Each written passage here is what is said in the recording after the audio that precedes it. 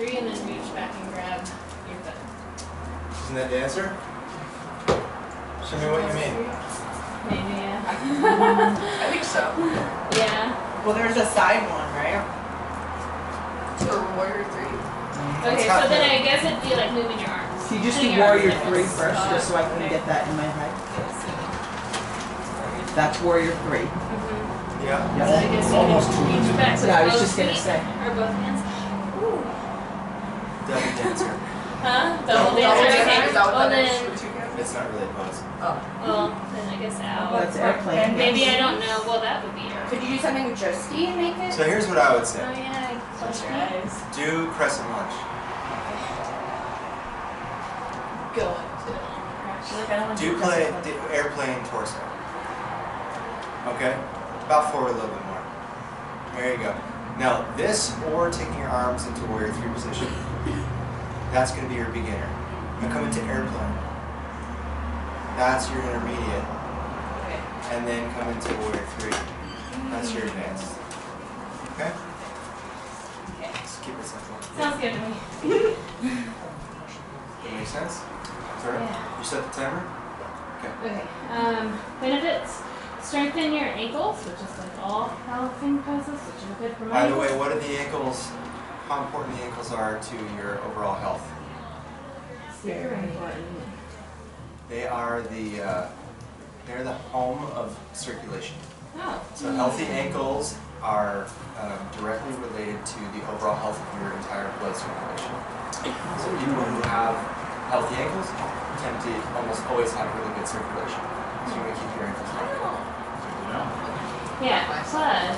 You don't agree? I feel like I have pretty good ankles. Maybe not. But my circulation's definitely What do you no mean? bueno. Why? I will, well, Can there's you a get lot. cold? Cold. That's not what I'm Getting up. That's blood pressure. Okay. Blood pressure is getting cold. It's not Circulation. circulation. Blood clots. Blood pressure, what's that? That'd be like blood clot circulation. Yes, that's what I'm saying. It's just that you have, so like there's different kinds of, I guess, yeah, that's not a descriptive term. What I mean by circulation is the body's ability to bring oxygen and blood to the various parts of the body. Okay.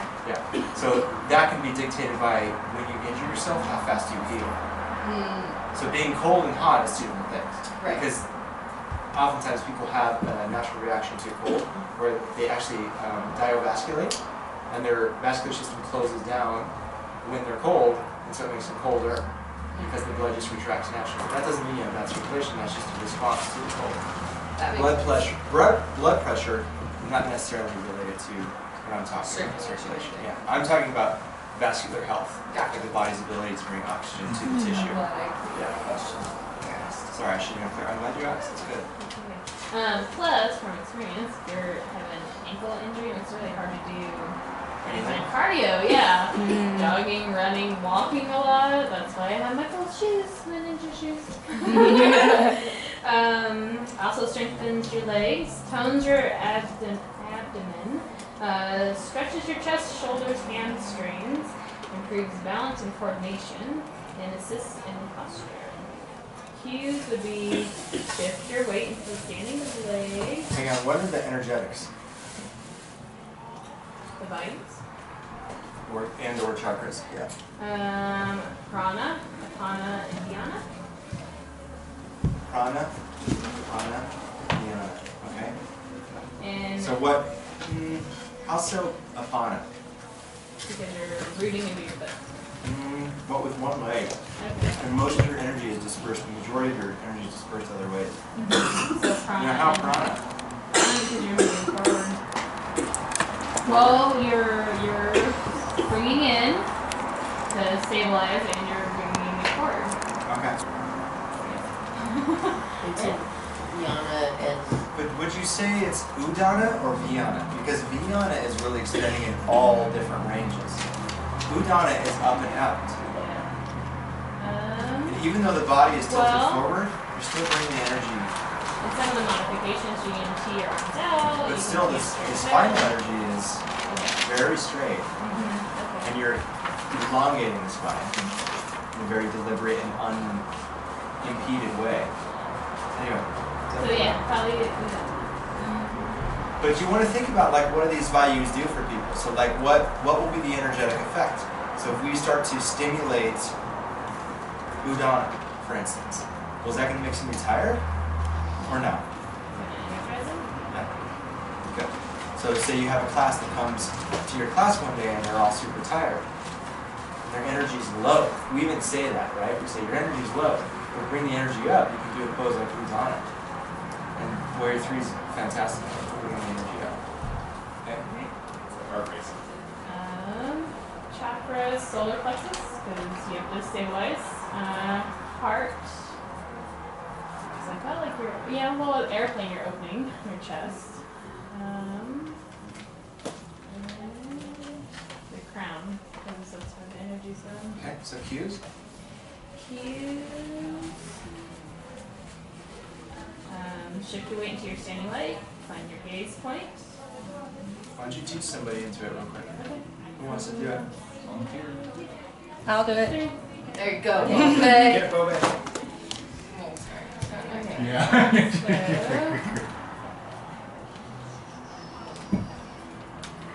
Starting in warrior, crescent line, warrior. Starting in warrior 1. Shift your weight into your left foot. Find a gaze point straight out in front of you that is not moving. You can bring your hands, keep them straight above your head or bring them to heart center. Bow forward, elongating through your spine, shifting the weight into your left foot and lifting your right foot up off the ground. All toes should be pointing down to the ground, creating a straight line from the crown of your head through the heel of your foot. Press your lifted foot into an imaginary wall behind you to lengthen through that leg. Reach your arms straight out in front of you. Engage your core. Lengthen through the crown of your head. Okay, thanks, Bebe. What are the contraindications? Contraindications. Who would not? So, why would you do airplane instead of Warrior 3? What limitations physically? Do you want to call a friend? Sure. Phone a friend. Phone a friend. If you have shoulder problems. Shoulder problems Oh, yeah. or But if they're staying in the Yeah, Or it's just supposed to get be like- vertigo if they're dizzy or think more physical. Fallens. Where did you, hang on. So everybody, if I'm leaning forward, right? Well, I can pretty evenly distribute the weight of the force of this position through my entire back. But the further I reach my arms forward, puts more force on what part of my back? lower. Lower back. Exactly. So if you have lower back issues, you keep the arms by your side.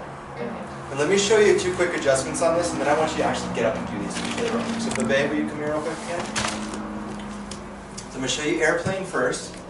So come into, so this is a tough one with cues because it's kind of just like, inhale, crescent lunge, exhale, you would say exhale, airplane, and then come into a one-legged balance, leaning forward.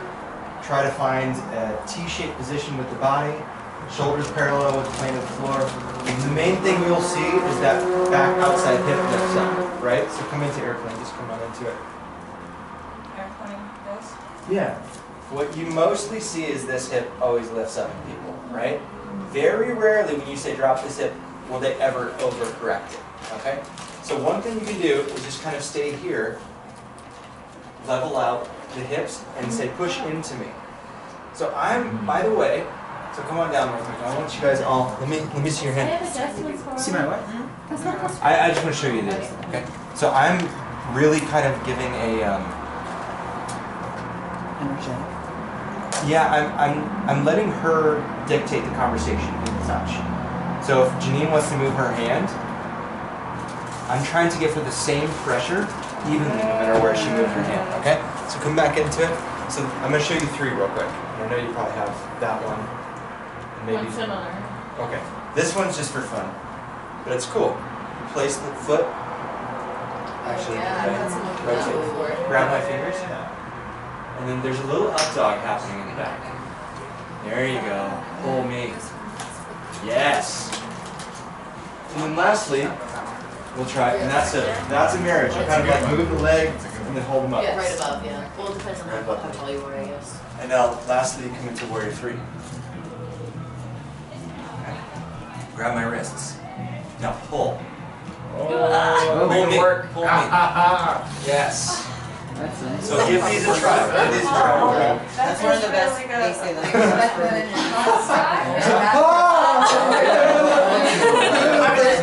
She's really nice with that adjustment. Come on, try them real quick. Yeah, good. Just 3 Bobe's out. Alright, do it, but you're putting here first. Start with Airplane. Or if you want. There was like 3 massages section at the one time. 3 massages all at once. Janine, do you want to try it? No, I don't, because of my shoulder. Dude, you got it. Sorry. Okay. One do the other side. Go with Leah. Leah. Leah's got nobody. Your wrist tip a little. There you go. Or Shayna, one or the other. Actually, I'm gonna break. You want me to catch your You leg? go with the bend. You go with I like his Actually, it'd be good. You try it. Yeah. Just switch up. Makes my lower leg really hard. Can you lift your leg? Sorry. No, you're sorry. Okay. I'm just gonna kick everybody. So if you raise it into your high, how high is it? Because I just don't want it on my knee. Grab under your hands. So there we go. And you pull. I get it. I get it. Now, put your hands on the way. More or less. Oh, that's good. That's okay. How's that feel? All right, you gotta pull harder. You like it? So try to put your toes down here. There you go. There you go. Oh yeah, that's a good You one. like that? Oh, that's somebody and And do the dance. oh, all right, your turn. Hopefully not. All right, so come to airplane arms warrior 3. No, I'm trapping. Okay, Warrior 3. and then you're gonna kick, right? Sorry. What do you feel? So Amanda, don't grab the arm Where do you Oh, you go? tackle at me. I don't because think you want to be more action. You want to be closer to the I'm spine. gonna warrior 3.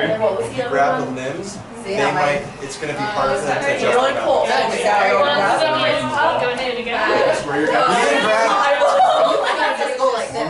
This is the person's gonna go. Just flat. Yeah, well, on the sacrum. with airplane.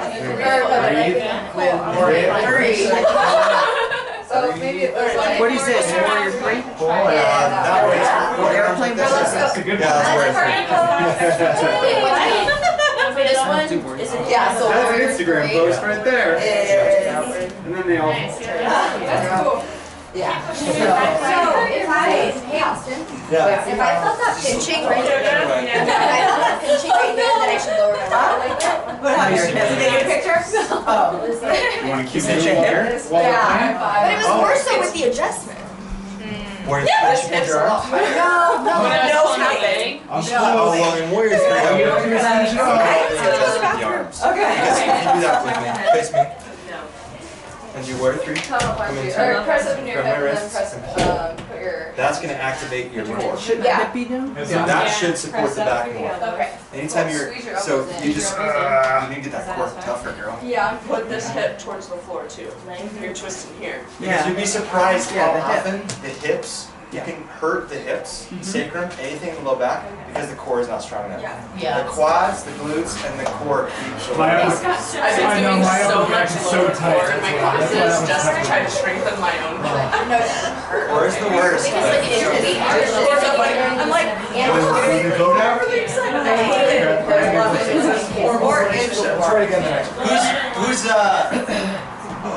That's good now. anything else on Yeah, these? my upper back is tight. So counter posture would be kind of like what? Oh yeah. Forward fold, down dog, standing splits, pigeon, half pigeon. Yeah, there's a lot of options you can go out of this with. Siddhasana, Why crescent would lunge. standing splits be one? Why wouldn't it?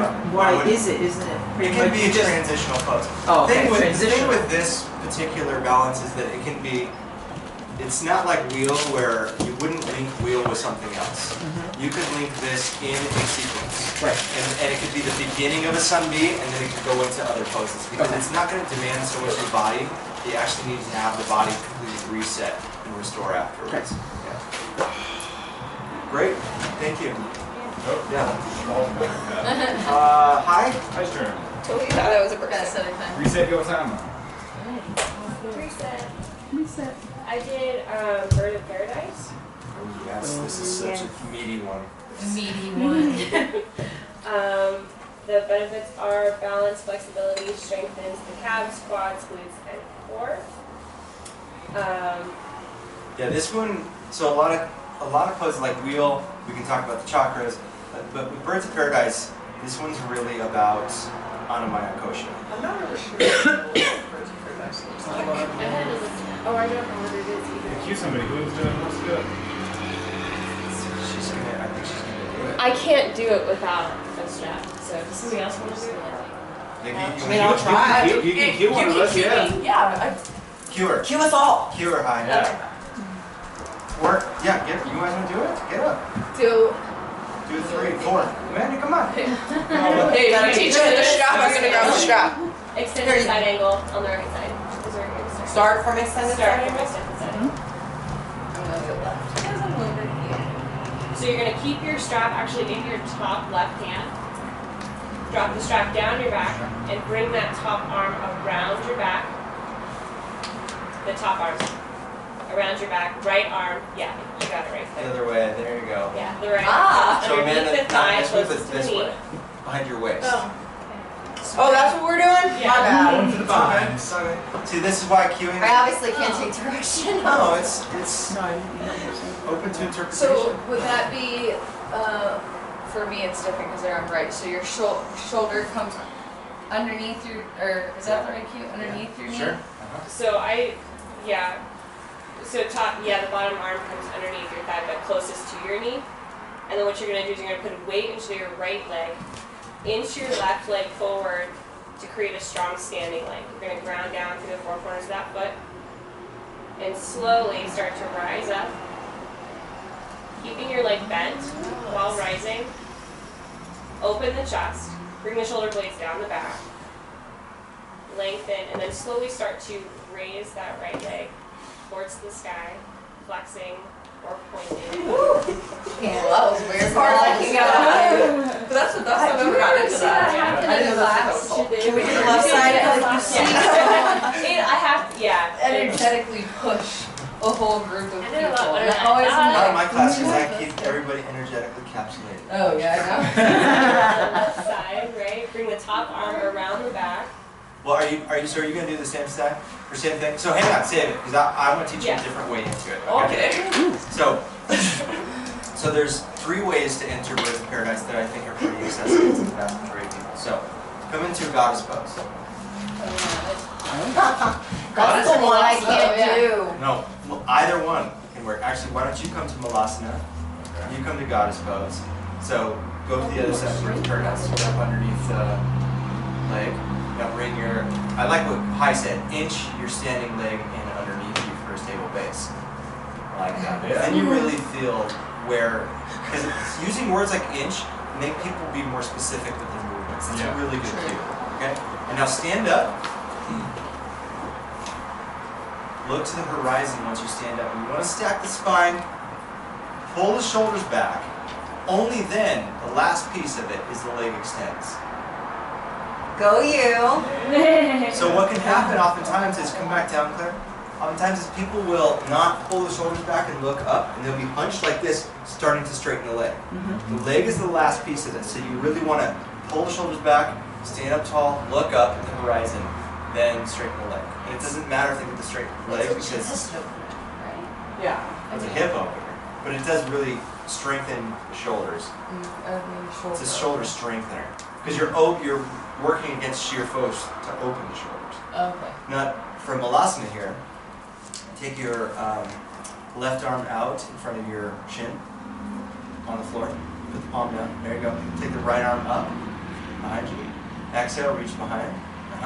Now, option to go for the bind in front of the shin or underneath the leg with the left hand. There you go. Now, inch the other leg. Yep, and stand up. Oh, wait, but this one's... Stand up. There you Yeah, go. Okay. That's a funny. version of, come back to that pose though. I want you to do that again. Squeeze. It's, I think So now Vicky, stand up tall, look at the horizon. Shoulders pull up and back. There you go. Now straighten the standing leg first. There you go. Now the Breathe, lifted leg. breathe. Those hammies. Yeah. They're tight. Yeah. Shannon, squeeze your knee into your body. Squeeze your knee. There you go. That's it? Squeeze your body. That's another version. Okay. Oh, I like that. That looks really cool. So if you were to give one cue, Yes. if you were to give one cue for that, because I have people in my class to do that Yeah. from triangles, what would Straighten that the spine. straighten the spine? Yeah, because that's the thing that people most forget, and that's the most important thing of any pose. Because remember, every pose is a blueprint of what pose? Tadasana. Ta-da! Ta-da! Meaning straight spine. So, what was the beginner, intermediate, and advanced so fast? The beginner was extended side angle with the bind, and then I was kind of stuck on the intermediate. I thought maybe like hands mid-toe pose. Yeah. I don't know though, because that's. Do you guys want to see if that one's harder or easier? Does anybody want to try it? I You feel wanna like try that one would be It's harder. I think it's easier. I don't know. I It was kind of try it. pretty accessible. Come try it. Come I feel try it. like I it think needs it's more harder strength because you on have your- to squeeze your legs more. Doesn't it need more strength on your quad, maybe? But it helps Yeah. you lengthen your spine way, I don't know, it just Like, squeeze your knee into your You think body. that's harder? What about like I I feel feel like like I'm I'm more worried about my leg The bind. going out like that. Right, but you Because I'm- got into it a lot easier. Try, now show me from Sorry, paradise from the same pose. Now walk your foot in, your base foot in, your other foot. Third. left foot. Yeah, sorry, I'm backwards. Like You're what? fine. Yeah, Now, balance wise, stand. it'd Yeah. be easier. And it takes less flexibility. True. It takes less hip flexibility and Squeeze hamstring shoulders, flexibility. then lengthen. Yeah! Very good. Did my shoulders do anything? Because I felt like they were. Yeah, you pulled Did them they do anything? Yeah, they did. Shit. Cool. All right, so Yeah, it was easier than I thought. yeah, this one I think what's going to change intermediate for advanced for you for this is There's eagle. how do you go into it and where you go into it. Eagle? What do you mean?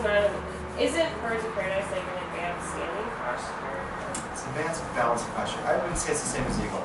All I would say is that this is a cool pose. What I mean by it with meaty is that this can go at the end of Sun B. This can go in the middle, smack dab in the middle of your class, or this can go at the end of the standing postures, standing series. So it can really go anywhere in there.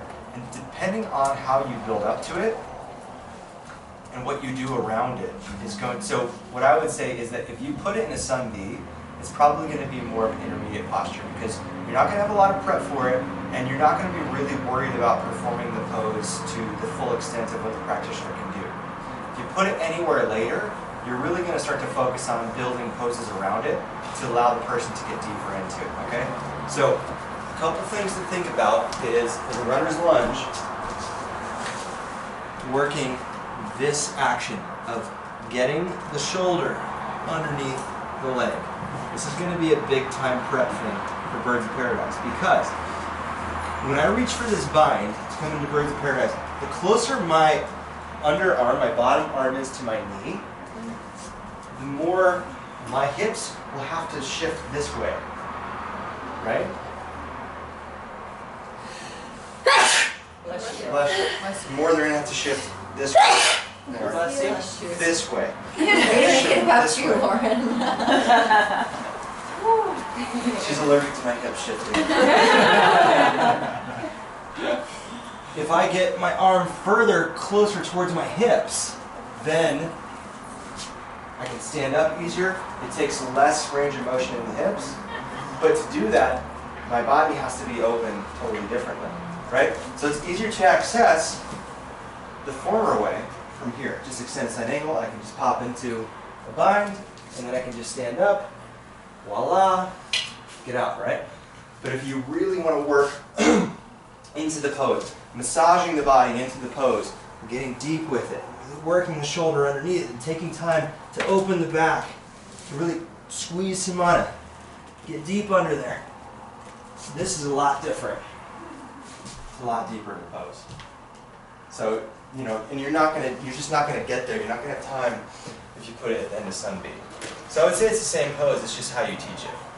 It's gonna be Is this standing series the animal series? animal series.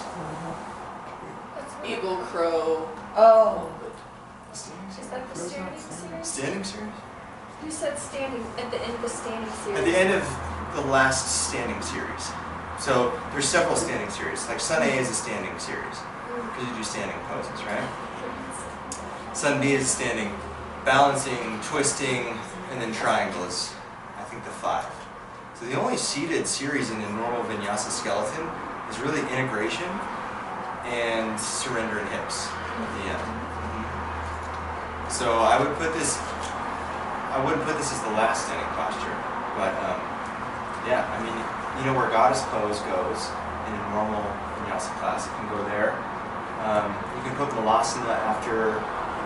You can take, so if you did your prayer twist sequence, and instead of Padahastasana, you did malasana, you could do one side there, or malasana, just open up the hips, and I mean, you could do it at the end of runner's lunge. There's a lot of different places to put it. I think I put it towards the end, only because I felt like there was a lot of. I can't get into birds of paradise unless my body's really warm. Yeah. So like I knew I wanted to do it after Sun B, but I didn't want to do it like towards the very end because I felt like people would start winding down close to the end. And this is where you want to ask that question and have an answer for it of, do I want the peak posture? To what degree along that spectrum, success and failure, what leverage do I want to hit that with? So the earlier on, then the less emphasis you're going to put on them having success with it. And it's just going to be, let's just try it, let's just go for it at the end of Sun B. But in integration Sun A and Sun B, you're really going to have to concentrate on focusing up the body in these ways, the shoulders and the hips. With adjusting this, it's really similar to any balancing posture. You can just kind of stand, give them a hand on the upper back to support. You can always grab the leg and have them straighten it, but you can also give them something to push into. But since most of us, you know, we're not going to work on the adjustment with this one. So, 1, 2, 3, 4, 5, 6. You have a question? I do. What's 6 times 15? 80, Hour and a half. 85. 90 minutes. Oh man. Okay, cool. What's up? Oh crap. What's the sun salutation C? What is it? Yeah. So sun salutation C is any modification on the Sun B that's so. Will you actually ask me this next month? Yes. Okay. I can ask you next week or whenever. No, next month, Okay. because we're going to get into families of asanas. So to answer your question clear, families of asanas, purposes of the families of asanas, and building now the pose in the sequence. Okay, and then my other question was like, if I were to teach Birds of Paradise like next week, I have never taught it. Okay. Is it wise for my students and myself to just tell them all grab a strap no matter what? Sure. And then just say, now here's, you know what I mean? Yeah. Here's where you grab your. So here's one way you could teach it in the beginning. This is how I would advise you to teach it in Sun B. Okay, if you're going to teach it in Sun B, you would go, extend side angle, pause. Now, there's going to be 3 options. Number 1 is take the right top hand behind the back. And so some of you guys were doing this thing. So you can say, take it behind the lower back. That would be an easy clarification. So that could be a stopping point right there. And they'll just hang out there while the rest of them wait. Then, option to go, step 2 is for the bind. Reaching bottom hand down, eye of the elbow turns in, rotates at the shoulder, and then reaches up and underneath. You can stay here, okay? Then, and only then, if you want to, can you step the back foot forward and come up for Birds of Paradise. Hey, look up. Okay. So if you were to teach it like that, you wouldn't need a strap. Because if people can't get past that second step of reaching for the bind, that's just where they're going to stay. And that's fine because you're not teaching it in a way of like, remember when you teach things, because we're going to do that with Pincha Mayurasana. Who has that one? Forearm stand? Is that Oh, it must be Mika. It's Mika. Mika. Did y'all choose? Yeah. While you're drawing, yeah. Did you choose one? I chose one. What did you choose? I chose revolve half moon. Great. Rachel was doing that one, I think. But she's not here. Okay. Okay. Cool. So did that answer the question? Did that answer your question? Yes. Okay, cool. 1 minute. 1 minute? Okay. Well, I'd just like to thank you all for about a minute. Are you gonna sing the waffle song again? It's waffle time in the city. Waffle, waffle, waffle, waffle. Matcha waffle. Give me that green waffle in my belly. Should all get matching waffle tattoos, you guys. Matching waffle ass tats. Like green waffle ass tats. Get that on video. Should I like This was a good use of that Waffles look like puzzle pieces. minute. Oh, that's We each get a square. Oh, yay. Okay, Scott. Waffle squares. All right, so I chose half pigeon. Time. Kapotasana. Opens the hips, lengthens your flexor, stretches your thighs, your glutes, and then is that a piriformis muscles? I guess I don't know which one that one is. Another one maybe in your butt. It is. It is? Okay. The outside right here. Okay. Extend There's your... the deep, it's actually deep underneath the glute medius. That's the little It's ones one of the- underneath. There's 6 of them. It's the big one of the 6. Okay. Of the deep 6. Okay. And then it extends your groin and your psoas. It can help with lower back stiffness. Stimulates internal organs in your urinary tract. It can alleviate sciatic pain if done right. Emotional benefits, it says releasing stored trauma and the stress of your hips and your chest as well. And then this one we're going to do with blocks and straps, and then the Vayus, Udana, Prana, and Apana. And then I disagree. okay, Udana, prana, and what? Apana. So I agree with Apana. I'm not sure about prana. I want to hear you justify that, and I definitely disagree with Udana. Yeah. And there's something missing there. The big one that's missing, especially if you prostrate Okay. the torso, which is what? Yeah. Yeah. Again, think about putting that blanket on the fire. Okay. Whenever we bring the belly to the earth, we're either stimulating or disaffecting the Manipura chakra. Okay. So depending on how we're doing. So in this case, we're doing a little bit of both because we're stimulating it by having the thigh ratcheted up into the either ascending or descending colon. But since the belly also comes down, it takes the heat down. But that's for half pigeon. You know, I'm cueing upright pigeon, and then hooked, and then cosmic. Okay. So those are the 3 I'm cueing. Okay, so Like, that's, it's I my- agree. Udana then, sorry. My mind was just on half pigeon. That's why I should have just said pigeon. Wait, which pigeon version are you? So we're doing active pigeon, hands to heart center, and then hooked pigeon, your arm or hand on your foot, and then cosmic pigeon with or without strap. So that's king pigeon. King, I was going to say king. Yeah. Okay. Okay. Would that be Udana then, or would that be up and in? Isn't the one where there's like something in? Prana. Well, but that's like a. It's forward and So yeah, That's I agree with you definitely about up yours. and Yeah. Okay. Yeah. Okay. If you're And then reaching the chakras, root, sacral, and heart are the 3 big ones that I can think of. Throat too, anytime. Yeah, opening through throat. Okay, that makes sense. So 4 of those. So who would like me to cue them? We can have several people, whoever wants to do it. Yeah. I liked that, how we had several people. Who wants to do some poses? Grab the block and strap just in case. Thank you. We're gonna start you in down dog. Thank you. I got 2. Me too. Here you go, darling. how do you do it? Close Claire. Now take your legs up. What does it stimulate? With having the belly? No, I'm just being stupid. We're in down dog. Yep, start down dog, please. Keep your blocks nearby, down dog. Oh, my hand. And diffuse. What's the difference? Stimulate means bring more Well, not energy. what I mean, but like in terms of like where you see it physically. On your dog, Claire. Alright, inhale right leg How lifts. much energy is in that? Stack your hips. Or level your hips first.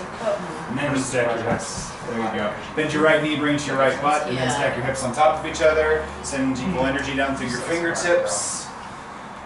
Inhale, right knee to right wrist or right elbow. Staying active through your right toes. Flipping to the top of the back left foot, have a peek over your left shoulder, making sure your leg is straight out of your body. Flip to the top of your left foot. Okay. Where are the treats? Some of them we brought. We didn't bring all of them. Okay, inhale your hands to heart center, lengthening through the chest and collarbone and the crown of your head. If you need a block under your hips, this is the time to slide it under there now. Sending energy down through your thighs. Inhale, lifting through your pelvic floor. So bust up number 1. Bust up number 2, reaching back, bending that left knee and grabbing the inside of that ankle or wrapping your strap around it. Opposite leg or off? Same. I like this side because it opens your chest and collarbone. Right hand to heart center. Inhale and exhale, pulling that left ankle in maybe a little bit tighter. Maybe one day it comes to your elbow crook.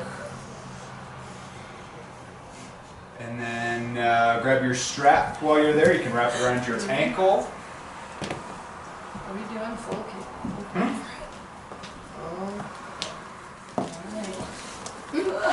Just tight. There you go. You can do that right too. And then nobody's got it. She's like, yeah, on your toes, make sure they're all there. Get ready, Jigs, we're going. I can't go straight Upside down. Great job. So she's doing it on the right side.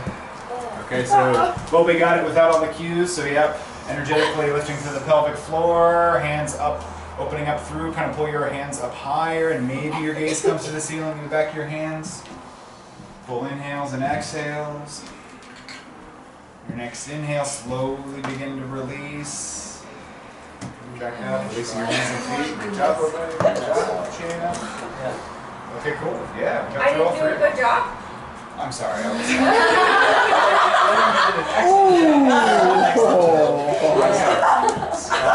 I I know, dude. I'm screwing up with one today. Okay, so this is an easy one to just kind of be like, okay, do the thing. Right? With each of these postures, like Birds of Paradise, it's all in where you put the posture. With Wheel, it's all in how you teach the posture. And with this one, it's all, everything has to do with how you prep the posture. Okay. This one, 100%, you can take somebody from 0 to hero with this if you teach the class to open the body up for it.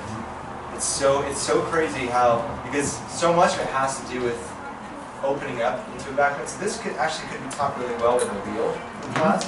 But if you open the body right for this posture, you'd be amazed what your body can do that normally it couldn't do. So let's talk about prep postures. So I have a whole set of sequence before that. So the specific. Okay, cool. I did too, yeah. So the specific prep postures. Okay. So the specific prep postures I have are bridge and wheel. Warrior 2, I like locust and floor bow, and then 3-legged dog, stacking the hips right before it. Okay. I would suggest to throw crescent lunge in there for sure. Okay. And pyramid too. Just to start to get the hips in that internally rotated leg plane. Just the spine working forward and back. Yeah, really getting the hips opened up and long through the legs. You'd be surprised how pyramid is. It's triangle without the tilt, right? Yeah, like Warrior 1 with straight leg. You pull down, right? That's it. Oh, yeah, okay. That's pyramid. Forehead to knee pose. Are your heels in a line? Not in line. They're Train tracks. Yeah. But this toe's pulling more forward than it would for Warrior 1. Yes, exactly. Is train tracks closer together than hip distance? Same. And then I like pigeon being like very close to the end because it can be. I like pushing people to their to one of the peak versions of the posture and then bringing them to the restorative version of it because like that's the perfect way to set up hip, spine, and surrender right before they start. Yeah, you wouldn't do that earlier. But you would possibly do a supine Virasana, supinated hero pose. You guys know this one? No. Hero pose? Yeah. No, Yeah. hero. I know hero. So, and then lay back. Oh, yeah. Yeah. You could do it one leg at a time, or you could do both legs back at a time. So that would be another prep posture you're talking about? Yes. Or? Yeah, that would be a prep posture because really what you're trying to get to is opening up this part of the body right here. Psoas and quadriceps to really get to the next level. So Claire, will you come back into it, okay? So I want to actually say a couple things about this just for your all on your edification. So reaching back for king pigeon. So that is the stopping point for most people. Okay? And most people will need a block under the right hip. Actually, hand me a blanket. Yeah, I got a blanket right here. This is a fantastic. Pull it up. Let your foot go. Lift up. Come through. There you go. So now you're effectively supporting this hip and that hip. Okay? That's really different than, you know, a lot of times you'll just kind of see this action happening. Yeah, this one's more stable. Or sometimes people will need it here, but there's no room because of the foot, you know? So that blanket can really stabilize the whole hip structure. All right, so reach back again. So this is going to be the first step. Just holding the foot with the hand. That's the first step. And what happens a lot of times is this knee starts to come out. Bring it back. Okay, now start to slide. So what cue you can use is slide the foot to the eye of the elbow. Yes, and you just kind of wiggle it there because there's nothing that's going to help you get there. Okay. Now you can take the left arm up and out, forward, as a dancer pose, or you can start to reach up and back for the other arm, and then link it. Is that what they also call mermaid? Oh, do they? I don't know. Yeah, this is a mermaid. Oh. Kids are on these days. Okay. So this though this is, in my opinion though, harder than if you release this, but take that strap.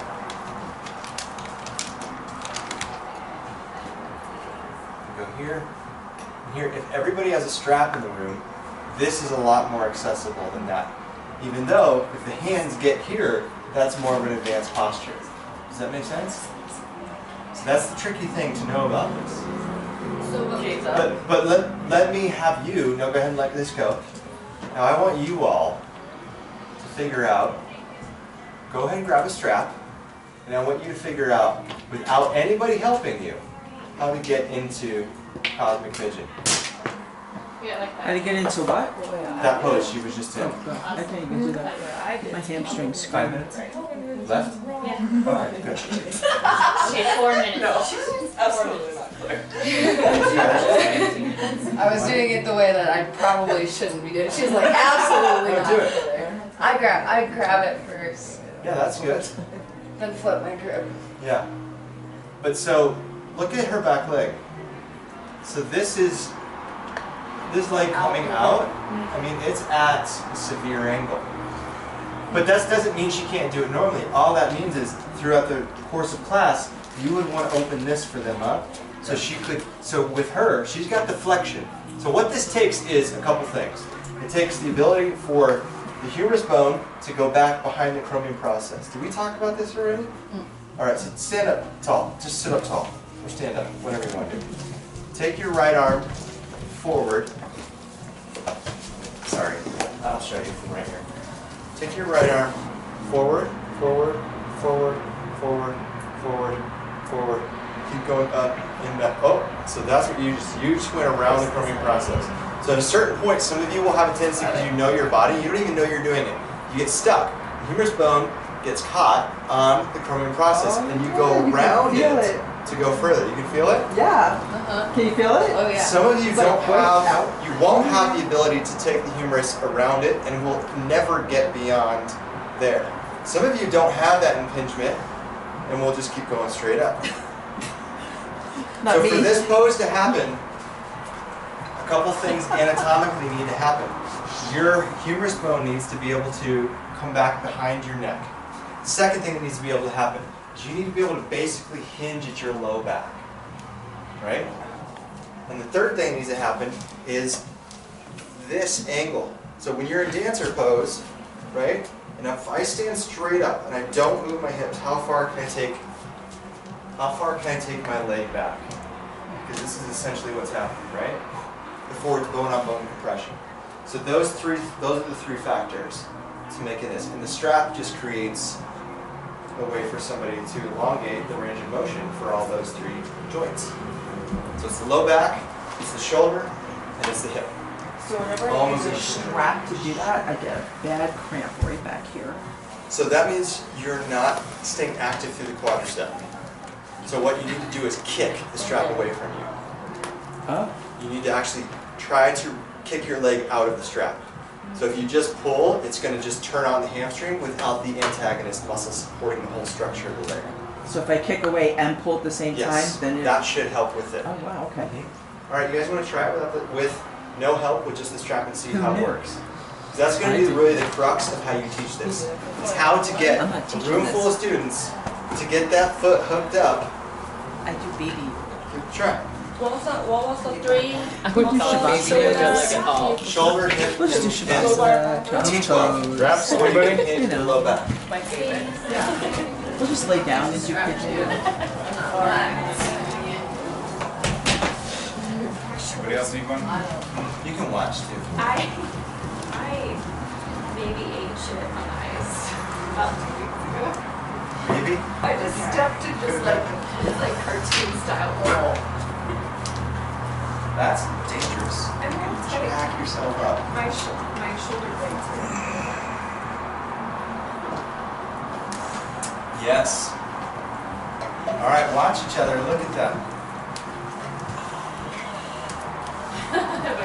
All right. Scott, I like that. Or a blanket too. Do that. Try that. Actually, try this because I was like, whatever. Way more support. Okay, Scott, come back up practice with the strap. to You want me to come down up? dog. Okay. Now I want you to actually grab the strap now in your hand. There you go. Now come into half pigeon.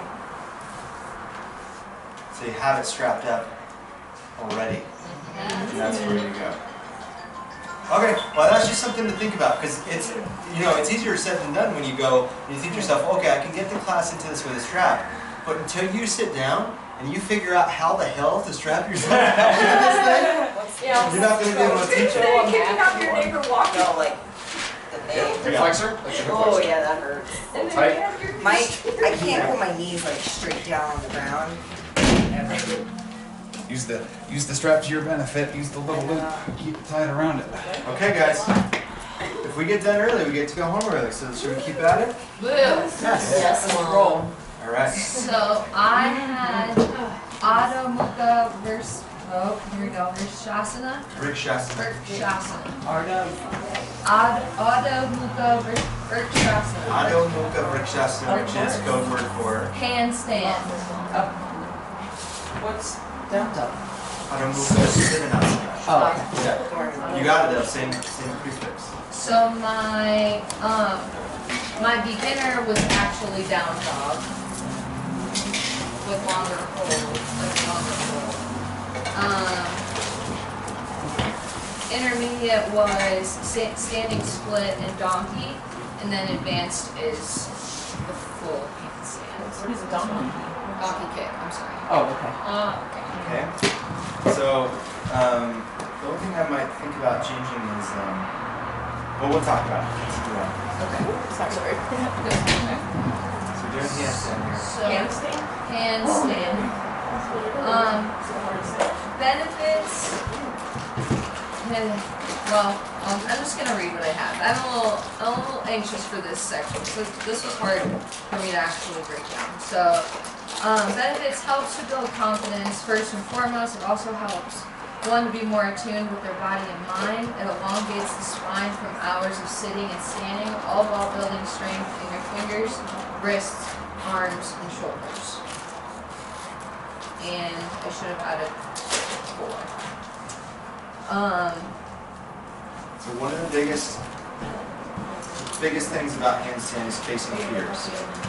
Say overall, that is the hardest thing about handstand for people is to actually face their fear, because there are people who've been practicing for years who are strong enough to lift a car off of a child who, when you say come into a handstand, they turn into a ball of goo because 90% of handstand is right here.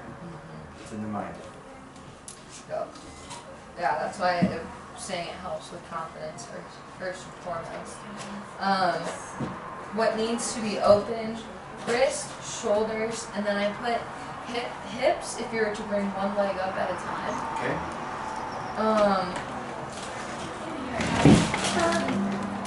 Sorry, do you want me to? Oh, you spilled something. That's alright, it's Oh, coffee. it's juice. It's Oh coffee. shit, My sorry. bad. Okay. Where's that towel? Just throw it over. Next. Oh my Jesus, God, we're all people, falling stay apart. away from me. We're almost there, guys. We're almost there. I ruined everything. We're falling apart. So Scott, we're doing handstand. Okay. Talking about how fear is the number one obstacle to overcome. Yeah. And courage is the number one benefit from handstand. And what did you just ask? Oh, hips. To be open is one of the things to be open. Wrist, shoulders, and then I put hips last if you're doing. I feel like I've heard or our teachers said that you need to have open hips in order to get one leg up and then the other. Right. I would say a big thing about this is, like with some poses, like Scott's is definitely all about the prep. His dish is best served with preparation. Yours is going to be how you teach the class to prepare the mind. Because really, it's going to come down to three things. It's going to come down to core strength, shoulder strength, core and shoulder strength, we'll call that one thing. And then the way you prepare them mentally for it. Because if you continue to make the class fun and lighthearted, that's a whole different thing than, I've actually heard students say to me, I don't know what it is, but when I'm in the park and on grass, I can do a handstand, but I can't do a handstand in the middle. What do they call it? A center room handstand or something? A little yoga room handstand? Like that's a thing. And people get it in their mind where it's like that's a totally different thing. So it's all going to be about creating a sense of groundingness and a willingness to shift perspective, because that's what happens with handstand. Is that it's uprooting the tree.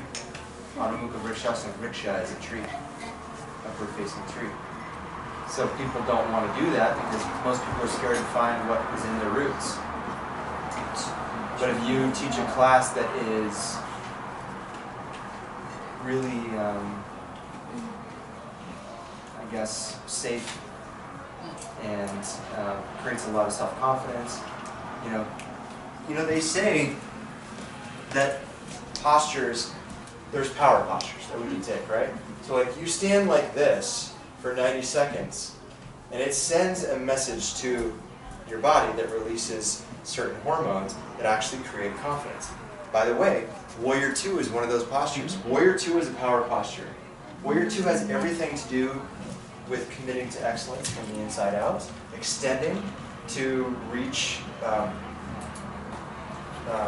new levels of expansion.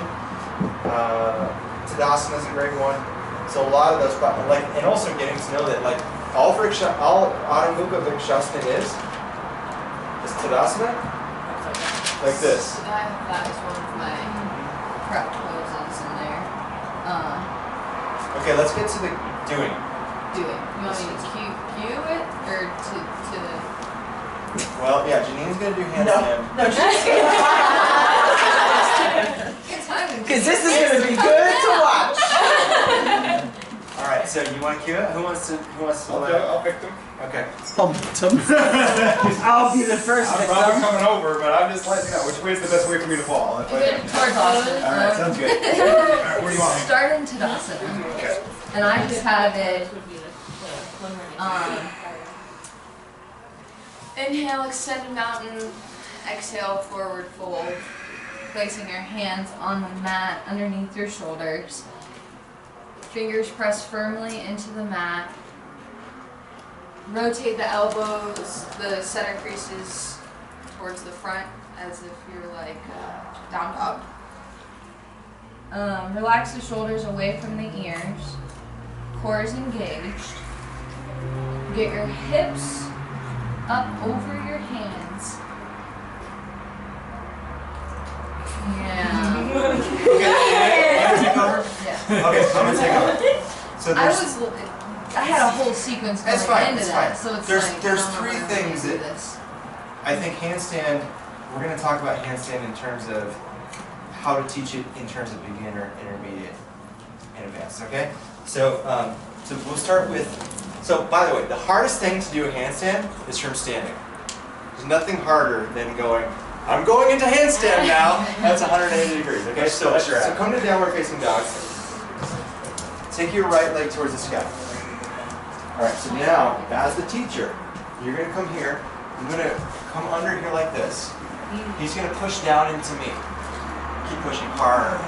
Now, start to lift your other leg up. Look down. There you go. Squeeze your legs together. Good. Push up. Drop this leg down. We're coming down. There we go. That's beginner handstand. Okay? That was beginner? That's beginner. Well, beginner could be this too. Down dog. Three-legged dog. Jump and land on the same leg. So is that your donkey? Is that your donkey? That That's my be, beginner. No, donkey's both legs at the same time, which is more advanced. I was gonna say that's probably my advanced. Yeah. So I'll show you that in a second, okay? Let's go. I'm just listening. I'm just putting it all together. Do you want to do the donkey? Do you know what donkey? Well, so then this is how I guess I wrote that part of getting into handstand before doing the actual sequence. So for my sequence part, I had you do down dog, but then you did you picked up your leg and moved it closer until you were here. That's the hardest place to do handstand from a pike position. The absolute hardest place to do handstand is from a forward fold. Okay. Okay. Harder than standing. This is the hardest mentally, that's the hardest physically. To do it from here, You have to press.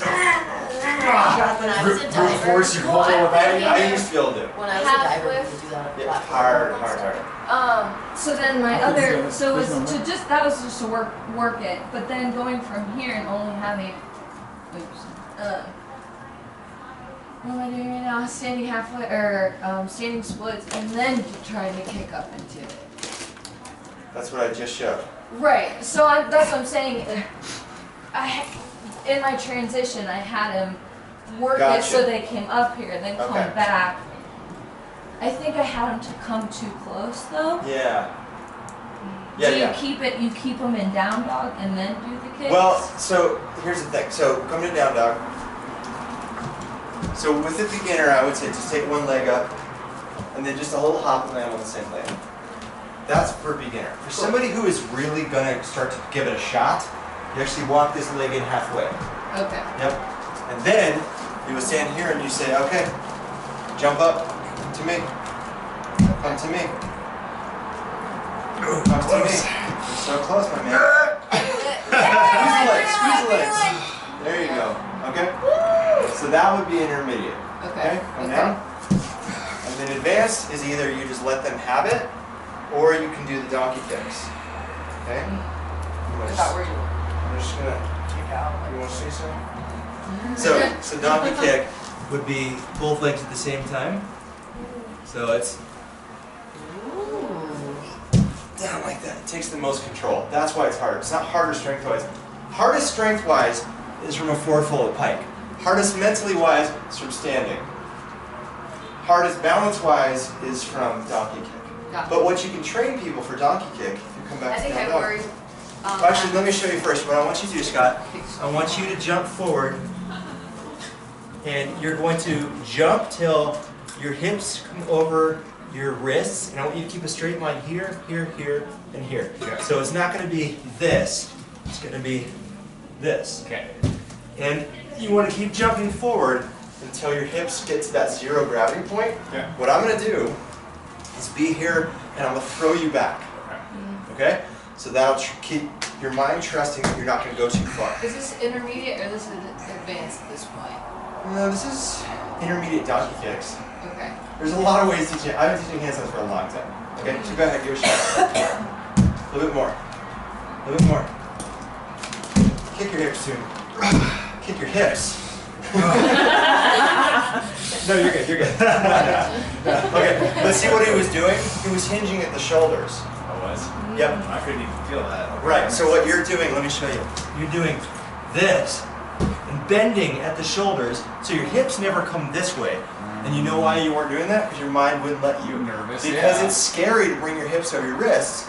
So one thing you want to teach is tiger claws. Yeah. So as your hips come over your wrists, you push back with your hands to protect you.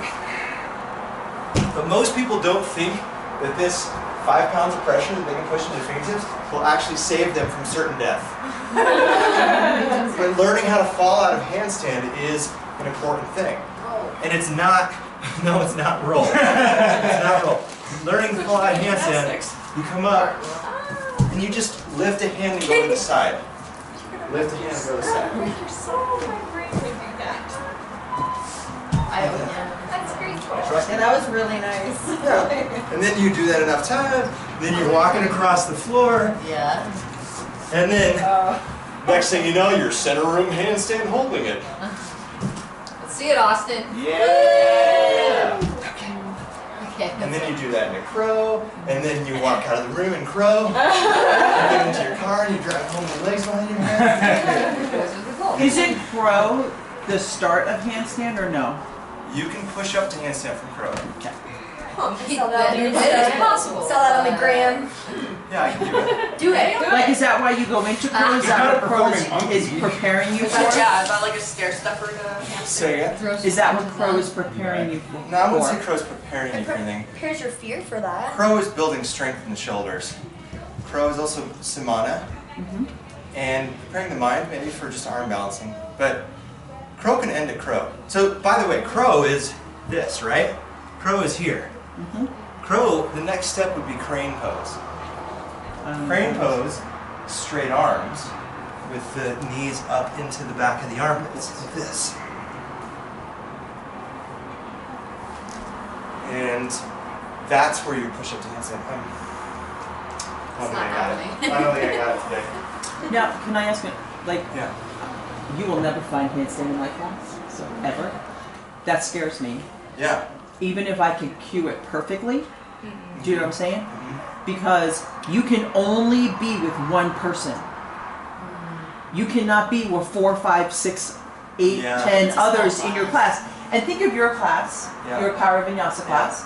Okay, when you have 35 people, Yeah. or 39 when you push the walls out, how do you... This is how I do it. Scott, come back. I call the cops. I'm sorry, I didn't mean to question you. No, this is a great question. Actually, No, this but is what I want to get at. because this is what scares me. So with all here's those step people. one. Here's step one. Right leg lifts. Jump and land on the same leg. Okay, that'll be for most people. If you feel comfortable with that, you will. Let me show you, Scott. Look at me. You're gonna jump, scissor the legs, and land on the other leg. Two things you got to keep in mind to do this, though. You got to keep the legs straight, because you'll tend to bend them, and you'll keep them together like this. Because if they go like this, you'll throw your whole center balance off. So knees straight, legs together. So lift one leg, look at your thumbs, fingers spread wide, get a good solid base there. Yeah, there you go. Then a little spring in the left knee, and then jump, scissor the legs. That was awesome. That was awesome. really good. So now, that's where he's at though, because he's still a long way from getting his hips over his hands. And that will be the next step. And then what you would say, okay, if you're doing the scissoring action and you feel that little zero gravity point, stay there. And then I would say, does anybody want a spot? If anybody's not comfortable without a spot, don't go to the next step until I can come to you and get there. But what Scott just did, there's the 3 steps, right? Here's step 1 for everybody. Here's step 2. And then once you start to zero it out, you hold it. You see that? Yeah. Do you hold your breath in handstand? No. I was, but you should not supposed to. I just didn't know because I feel like That was it's a good such a catch. habit.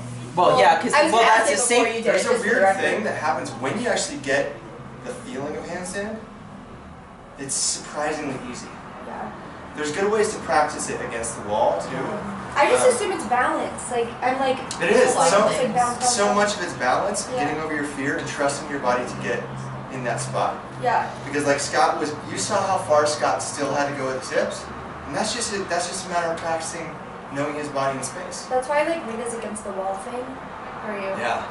Because You it can gets do a your lot of hips. things against the wall. Against the wall and then I you just did slowly- for Mhm. Boston's Power Janine when he did that one day, and I think out of the 37 people, like maybe 2 got far enough to Hold it. full heads. Yeah. I would just be so afraid that I would, even with perfect cues, that I would cue it and someone would fall Right. and not People do. know how to come out, People do. but I've not seen come it. out and hit somebody else, and like No. then you got this whole thing I've been going. teaching handstand a long time. People who know, who are just like, they trust you as a teacher though. They do look at you and they go, "You sure I got this?" I'm like, "Go for it." And they try it. Go. But what I'm saying is, most people, like Scott's a strong Right. young man, and he's still not even taking himself to the point where he's causing himself any risk of danger, right? So you got to realize that Oh, most okay, I people gotcha. are going to have a self-limiting governor in their mind. You'd have to be a lot more reckless than me to go like further The worst, past that. the yeah. 2 worst accidents I ever saw from handstand was one time a girl was too close to the girl behind her, and when she jumped like this, she kicked her in the face, and it sounded like 2 wet hams slapping together. And I'm dead serious. It was awful sound. And then the other time was me demoing something. I think I told you all about this, the Ashtanga roll, where you roll back somersault into handstand and then land in chaturanga. And I was demoing this in a class. We used to do that dive, yeah. Well, not into chaturanga, but we would just keep rolling backwards Back into in, a handstand, and then you then just roll roll back into a it. handstand. From what? A back, like a somersault. So you just like, Wow. you know, you just roll back and then lift up. And then go to And then, yeah. It's called an Ashtanga roll if you want to look it up. I haven't done it in a long time, I don't feel secure doing it yet. Push on this floor, you fuck your back up. Yeah, but it's sounding feels What happened? So I took an arm balance class that morning. So it was a class full of like 50 people. There was a girl right here. She was watching me demo it in the mirror. I come up and my body, I just lost my strength. I lost my shoulder strength because I was pooped from that class. And guess whose class it was? Laura Lance's. We were married at the time. But I come up and I just timbered over. And I kicked my leg out to try to catch myself, and I just karate chopped her right on the top of the head with my foot. But she didn't move out of the way because she was watching the mirror, so it was like it was not happening. When a girl in front of me just screamed, she goes, "Yeah!" It was like that, like a blood-curdling scream. And this girl, like I had to pull some of her scalp out of my toenail. She was bleeding down. No, it wasn't that bad. It was more embarrassing. It might as well have been that bad. It was so embarrassing. So what's your counter pose? Tadasana. Okay, good. We're done. Handstands should be fun though. That's the best way to teach them, to get people over the mental thing. Is tapping into the thymus, or the thalamus gland. So if you do heart openers, actually surprisingly, that will make people feel more childlike and playful. And that's the best place to do handstands. Doing handstands from a place of fear, guaranteed you're probably going to hurt yourself. Doing handstands from a place of fun and playfulness, you'll fall, but you won't hurt yourself. My very favorite thing, because I cannot do handstand, never imagined that I will be doing handstand at this point in life, was Morgan teaching that everybody can do handstand. Yeah. Against the wall, And yeah. pushing my hands up against the wall, and that sensation is incredible. Yes. And just, yeah, that was like, what the heck? I This mean, is awesome. even there, some of you can practice it like this. Just walk out like this, and then you slowly walk in, you know, towards Right. this, and then you can't. If you fall, you're dead. So it doesn't matter. Well, because if you fall, you just go blow. You can't roll. So you got to cartwheel up into it. But it makes you strong when you're scared. Because then your muscles go, okay, we got the adrenaline, let's do this. All right, how are we doing? Shayna? Claire? Good job. Or energetic. Chakra? Vayu, Udana, primary chakra. Why did I give this interest? Sasasra. Sahasrara? Sahasrara? Seventh chakra? Yes. Yeah. That was the one I Go. was. Yeah. Agreed. Cool. Mine's Half Moon. Because it sucks. And I think it Fantastic. What's beginner? beginner. I I did from the knee instead of doing, like triangle or something like that. Great. I'm glad you did that. Yeah, so from the knee, but still have the same upper body and same lifted legs, so you're still opening up, still getting all of that energy going the way that you want to with the traditional half moon. So that's beginner, then regular old half moon for your intermediate, and then What's the Sanskrit? no, Somebody knows. I couldn't. No? Nope. Arda? Oh, Arda Chandrasana. Say it again. Am I saying it right? Yeah. Arda Chandrasana. Yes. Arda Chandrasana. Arda Chandra means moon. Arda means half. Asana is posture, right? And then advanced would be sugar cane. Sugar cane, what's the name for that? I don't write it down, I'm sorry. It's Arda Chandra Chapasana. Alright. Yeah. So it's half moon sugar cane plus. Yeah, so benefits, hip opener and strengthener, Does everybody balance. know what half moon is? Yeah, okay. Balance and a heart opener. What needs to be open, hips and chest. Prep postures, cat-cows, pigeon, triangle. Counter postures, one-legged Tadasana, hero's pose, cow face, forward fold. Well, you're going to prep, by the way. I forget. That's it. Yeah. Cow face for you. That's right. Yeah, there you go. Prep posture, by the way, for Shavasana is going to be different than half moon. It's going to be a little bit different because Okay. you're just reaching back and bending your leg. So then, So you would just do things a little bit differently. Okay. Okay?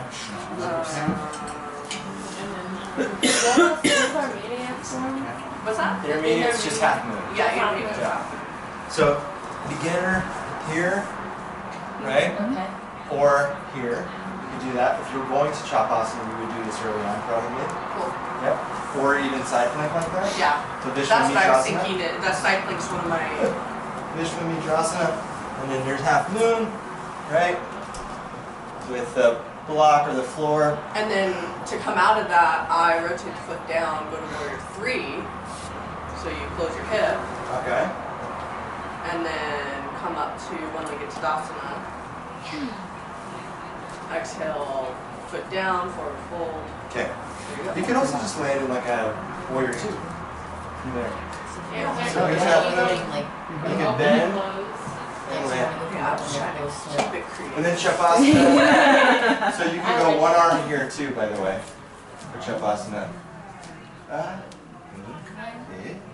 Or I have like, obviously like blocks and stuff. So is half moon your hand is down on the half moon's here. Flat wall. it's Yeah. not on the floor? Well, it can be. It could But doesn't that cause you sometimes to like lean down into Yeah. it because shouldn't your body be totally straight? So There's no Is- shoot. I have block Sorry, as but you know what I mean. as a modification. Yeah. Blocks and floor is fine. This is so. There's different ways to work. This I love half moon. It's one of my favorite poses. Because by the way, it can go just like Birds of Paradise. It can go all throughout the sequence, and you can work it different ways. Where if you're working it here, with the hand on the floor, well, this can be more about length and lifting. Whereas here is more about balance. Whereas here is really. But if you want to shift the gaze, if you want to shift the perspective, keep the hand here. That's tough. That's really tough. Have you ever done half moon like that? It's hard. I feel like any kind of balancing thing. Okay, what else you got?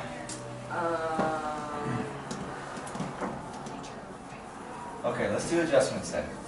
Okay, chakra. Did we talk about chakra? No. Okay. Heart chakra. Heart chakra. That's all Second I got. chakra too. Okay. Yeah. Vayus, Udana, affected by energy moving up from the ground. Liana, chest openers, so it's like going up and out. All right, who wants to do it? I'm gonna adjust you. You'll do it? So you Stand can it. Okay. Does that All right. that open hip to close if it was half moon to warrior 3? Does that matter as much when your leg is in the air? It doesn't matter as much. Is there a weight on it? What I would do, actually, that's a good question. I wouldn't go to warrior 3. I would, if I was going to go from open hip to closed hip in the air, I would bring the hands down to a standing splits Okay. to help with the transition. So if I was in a half moon and I wanted to go to closed hips, I would bring the hands down first to a standing Okay. splits. But I will tell you this, my wife hates that transition. And a lot of people. So in other words, don't do that. No, I But shouldn't why say does that. why does she hate it? What's Well, her for the reasoning? same reason, so in sequencing, Vinyasa Sequencing 101, you never want to go from open hips, externally rotating thighs, back to closed hips. Because it compromises the stability of the sacrum, foreshortens the back, and can cause a lot of damage in the labrum of the hip. Okay? I thought it was. I thought you didn't want to go from surgery?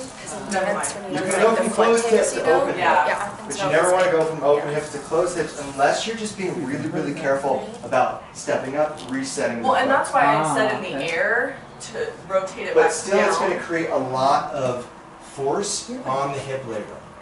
So for beginners, as you pivot back and forth, that can actually cause depending on the way the labrum sits on the bone, can cause a, what's this called?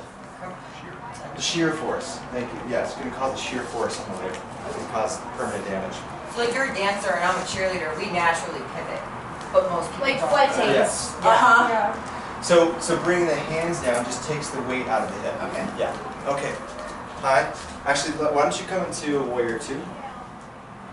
So I had done it from triangle. That's fine too. Okay. Go ahead, teacher, into it. Okay. Coming from triangle.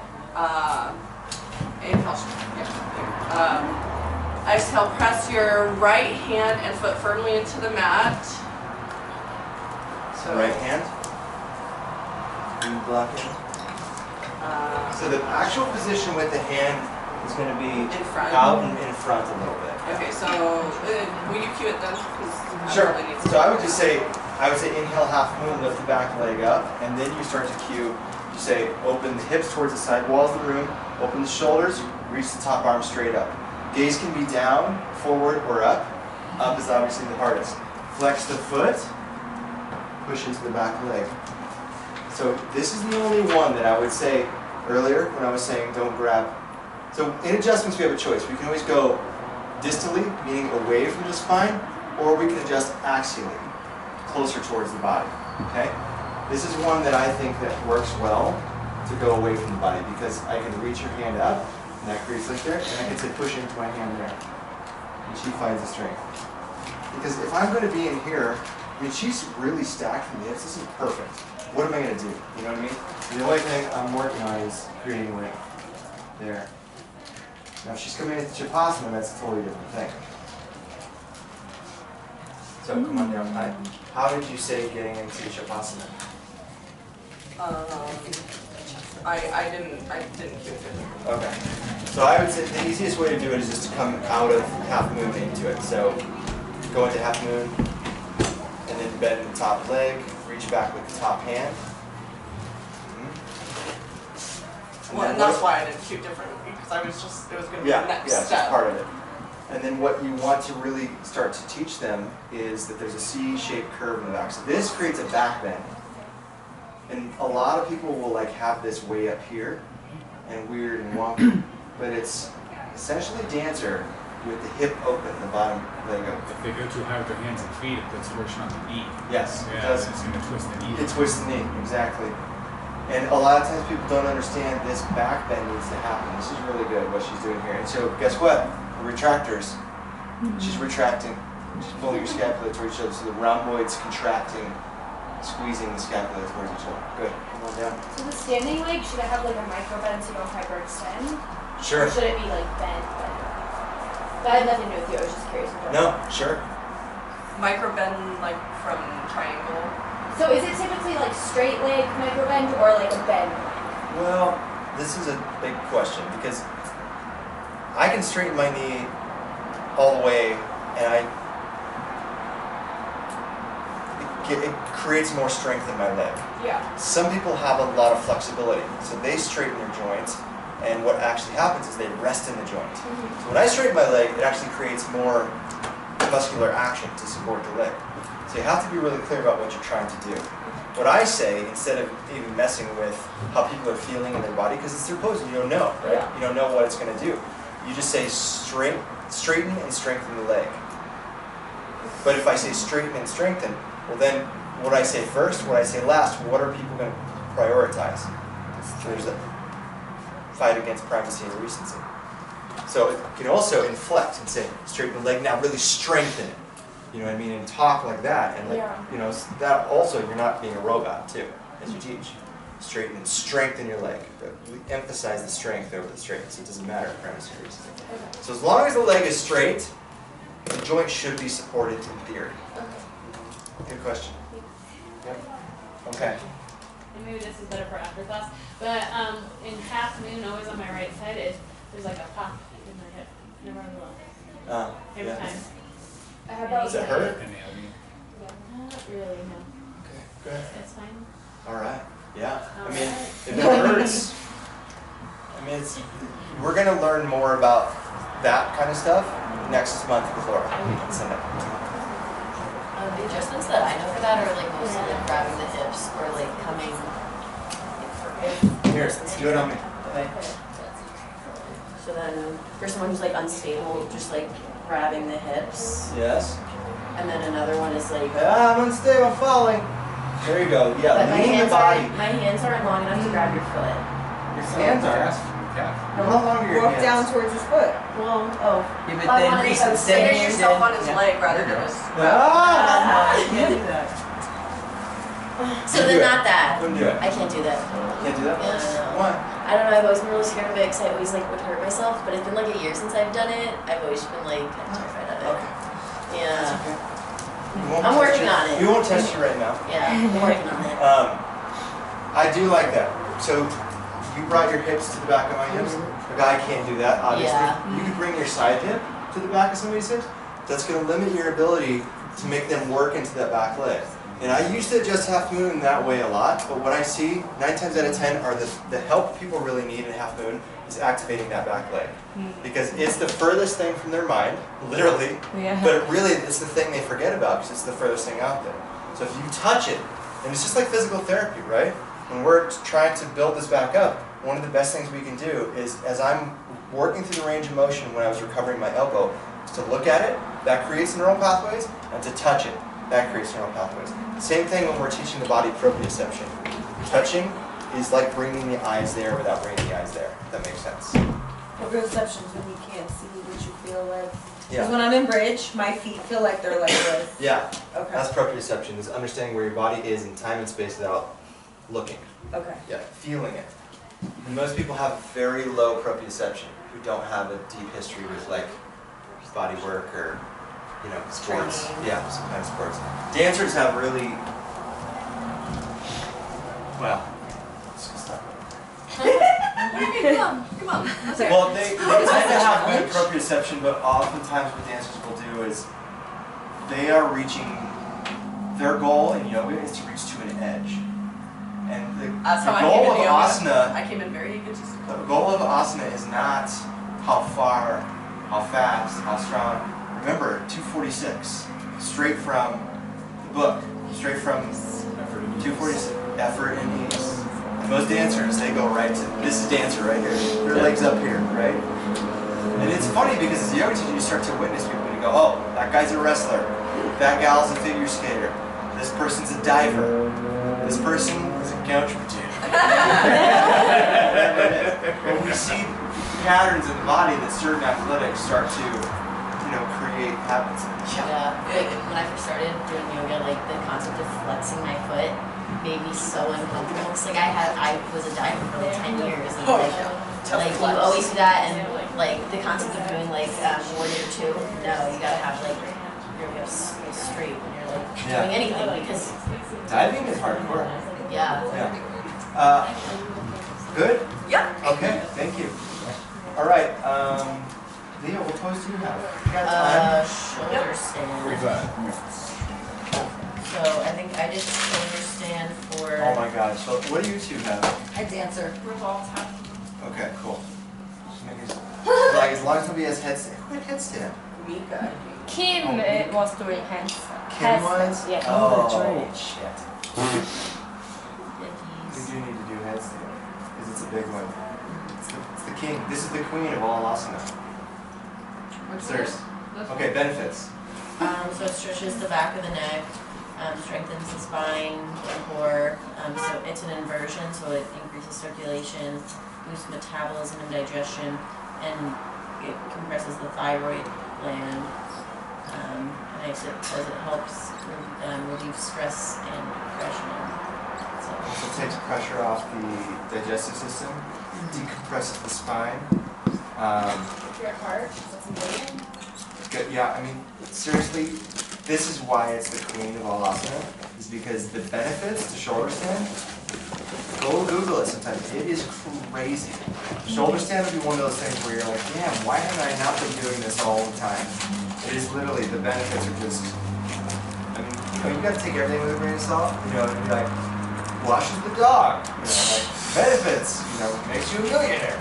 Not all of it, but seriously, like that compression of the thyroid gland, that decompression of the spine, increasing stimulation of blood flow to the brain, aiding in the digestive system, boosting the immune system, balancing the endocrine system.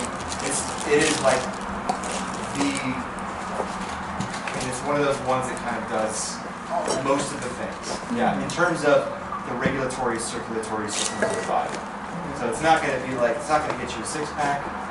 It's not going to make you be able to touch your toes, which that seems to be what most beginners are more, wanting to do. But energetically, it's completely balancing, and systematically, all the circulatory systems of the body balances out as well.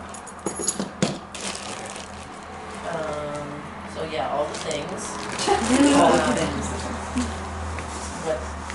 want me to go through the cues and stuff, or go? Tell me, first of all, what are the dangers? What are the contraindications? Like it's like one thing, like you don't want to move your neck back and forth. Who should not be doing this, Bo?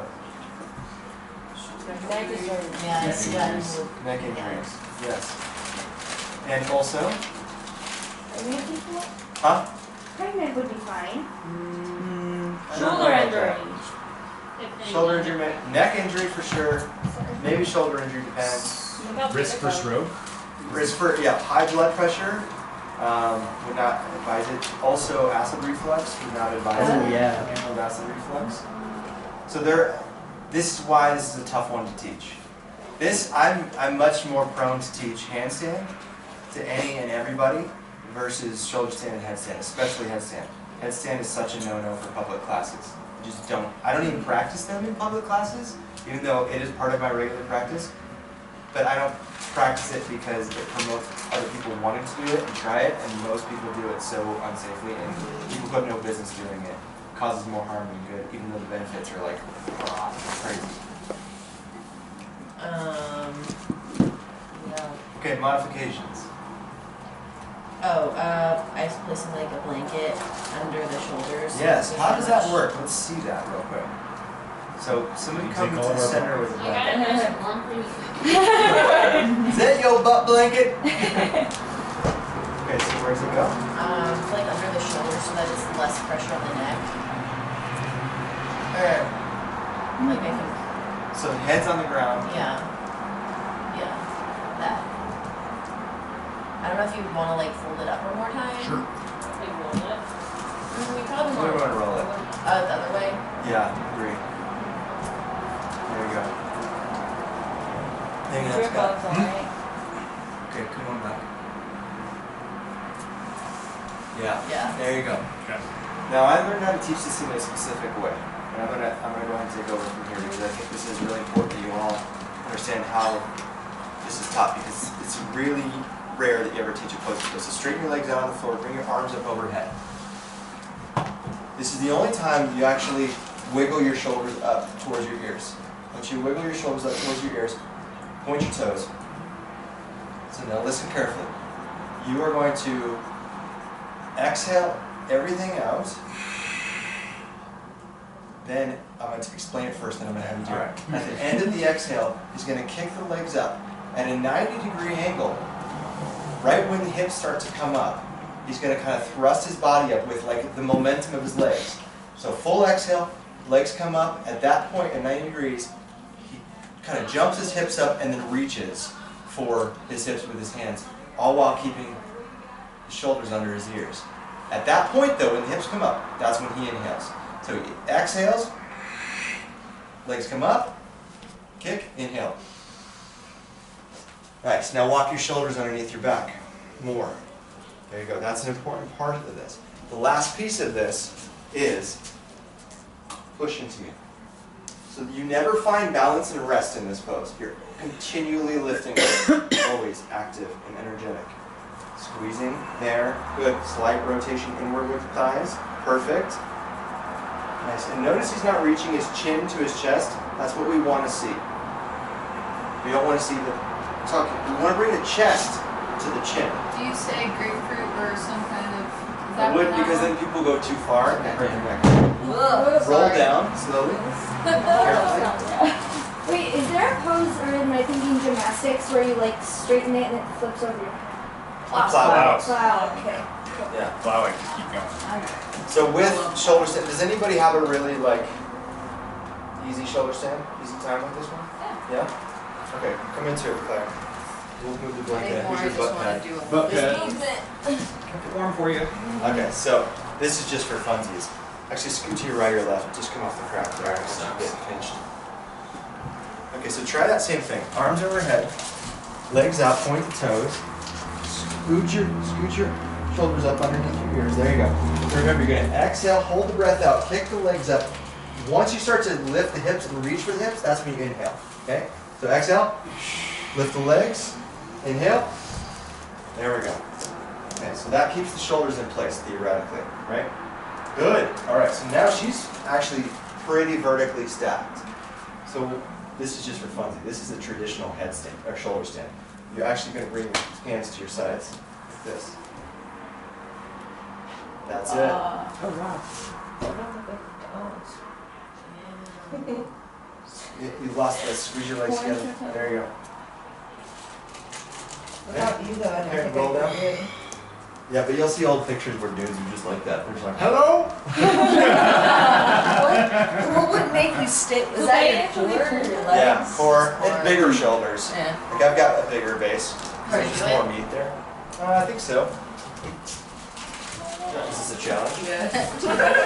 So I'd like to see. So it just looks funny.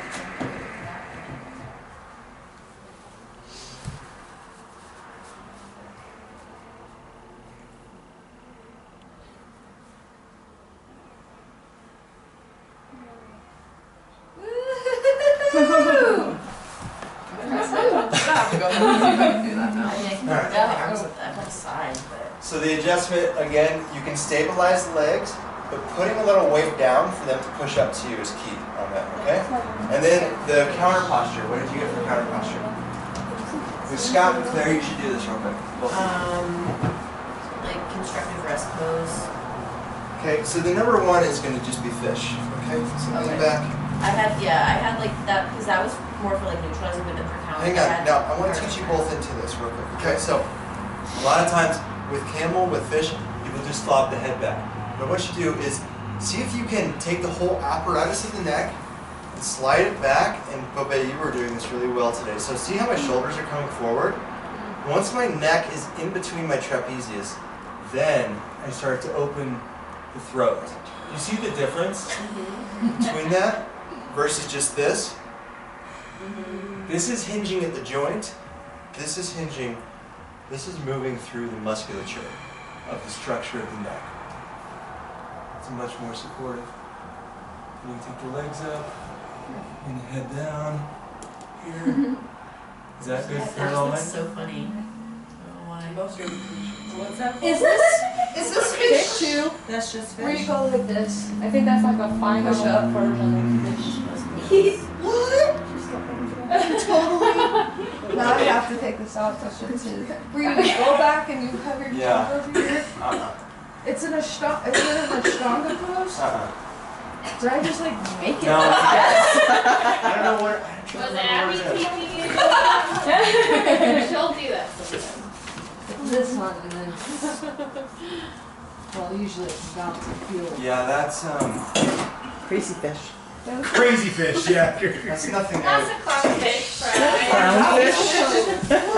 Did Sphinx be a counter pose? Sphinx. Yes. Yeah. Yes, it would be. Sphinx would be great for that too. Is there a name of that for vinyasa? Or There's another one here too. It's called Strong. It's called like cradle. We do the traction. The traction where you take your peace fingers around your ears and you let your chest sink forward. You do that. And you can feel when you do this how your neck is connected to things down here. Everything. It's wild. Okay. Thank you. Is that it? Throat chakra. Yeah, and then it strengthens. I said Udana and Samana. I wouldn't say Samana so much. I don't know, because I was thinking it's like more inward energy. Well, it's actually a prana because you're reaching up.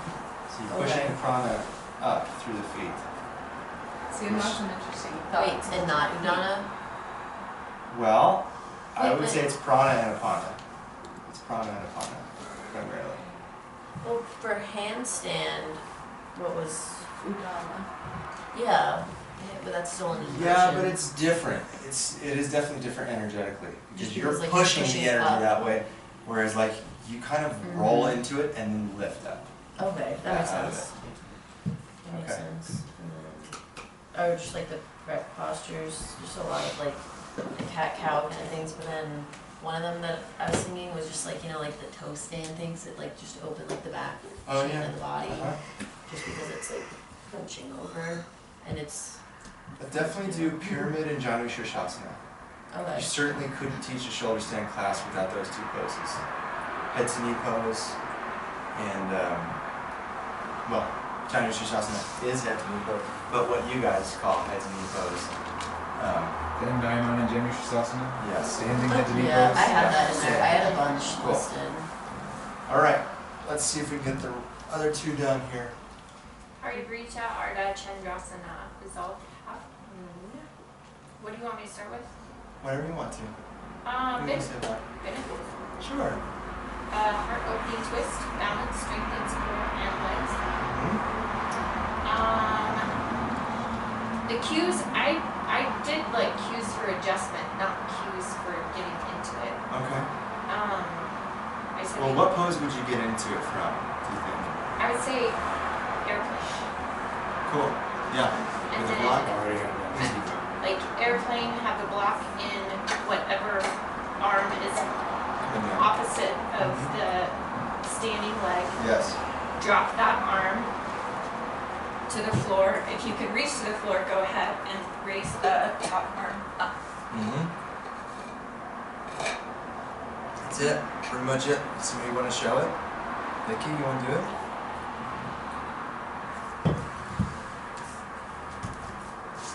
Okay. Talk me into it. Downward facing dog.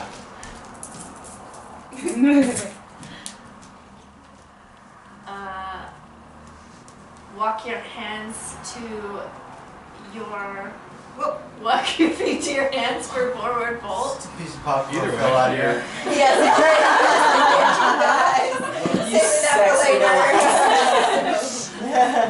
Saving that one for later. Inhale for airplane. Just- Left leg lifts, arms raise up. Here, I'm gonna help you with something. Is it my hips? Nope. There you go. I forgot to. Here's a gift. Sorry. Make sure your hips are pointed towards the floor. Oh. What am I supposed to? Okay. You will keep it in your left hand. Am I lopsided? Left arm drops towards the floor, right arm comes up Ooh. Okay, now I got you. for revolved half moon. Still find strength in your top arm. And make sure your hips are still pointed towards the floor. Yeah. Okay. I think going into it was a little clunky. Yeah, me too. So what I would do is come to Tadasana, Vicky. Okay. All right, and just step the left leg back. There you go. Now come into airplane. So you've already got the legs in shape. Oh, okay. Yep. And that's what you want to do. Oh, okay. Now I get you. It's better to go I back would- to front in airplane, half moon, warrior 3. What do you mean back to front? No, back to front, meaning from going back to front instead of What am I trying to say? Into it. I get It's better to step back Better than it is to than- step To forward. come Is back what you're saying. than yeah. it is to have to come forward with something or to lean. Yes. So When you step back, you when I talk Hang on, let more her into think, your. let her think. when queuing or when transitioning, it's easier to go into this than it would be to say you're already in Tadasana and you're stepping back and then you're trying to go Oh, you forward. mean like the Oh, because you direction can't one? see. The direction. Like when this morning when we put our feet and our hands down at the same time, kind of thing. Yeah, I think that's what I'm trying to say. Because I feel like Hang someone on. had done it before and we were pushing for, or we weren't pushing forward and we were transitioning out of it. And I'm trying to remember, it was over here. Is it half warrior 3? Yes. Hang Because on. it was, Come here. Step to the top of the mat. what am I? I don't know what you're saying. I'm Step fine. one leg back. Step one leg back. It's okay. Oftentimes Well, now I my can't thoughts eat it. lead me into deeper thoughts. It's okay. Step one leg back. Now she can come into airplane. Or step the feet together. Back, front. Yep. Okay. Step them together. Now step forward. Lunge. Okay, you can go either way. You can get there from down dog, you can get there from here. What I don't want to see though is come to Tadasana and go to airplane.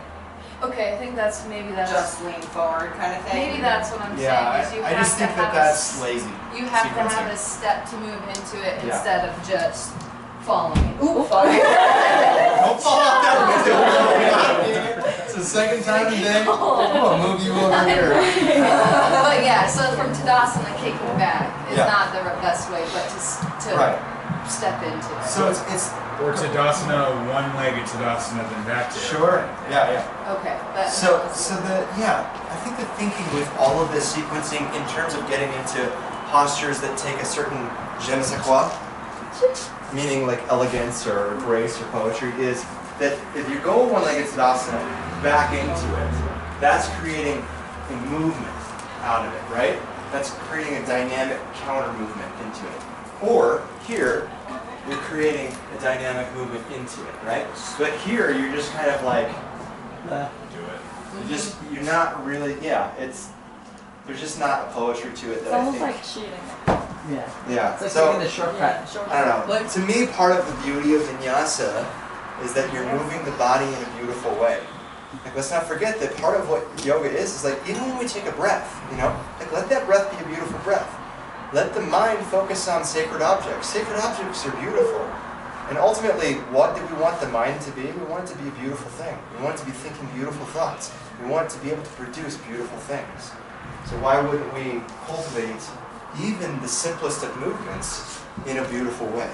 So like moving with intention rather than pendulum. Yes, there's a word for it called. Like rather with like instead of force, like a clock. Swinging. Yeah, there is a Sanskrit word for it, actually. Okay, anyway. What chakras and such? Anahata and Manipura. Yep, and second chakra, because the twist. Okay. Yeah. No, you wouldn't think, yeah. And I was thinking for like intermediate to just or maybe intermediate I didn't really have one, but for beginner I was thinking instead of lifting the leg, just keeping that leg down for balance and still twisting. Sure, yeah.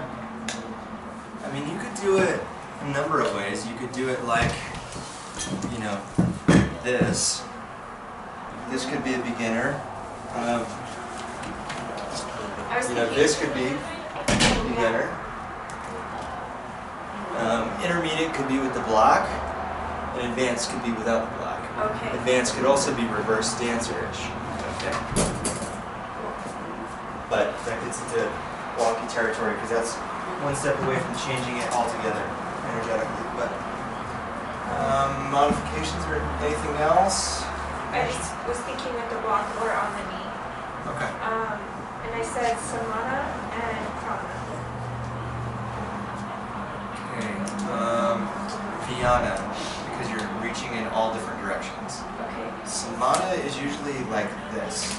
Okay. You guys think Samana is usually when you're compressing in or covering the belly in some way.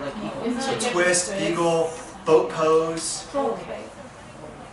She is twisting. Crow, totally. Crow is Say Samana. crow. Like, what is crow? She's twisting, but it's an elongated twist.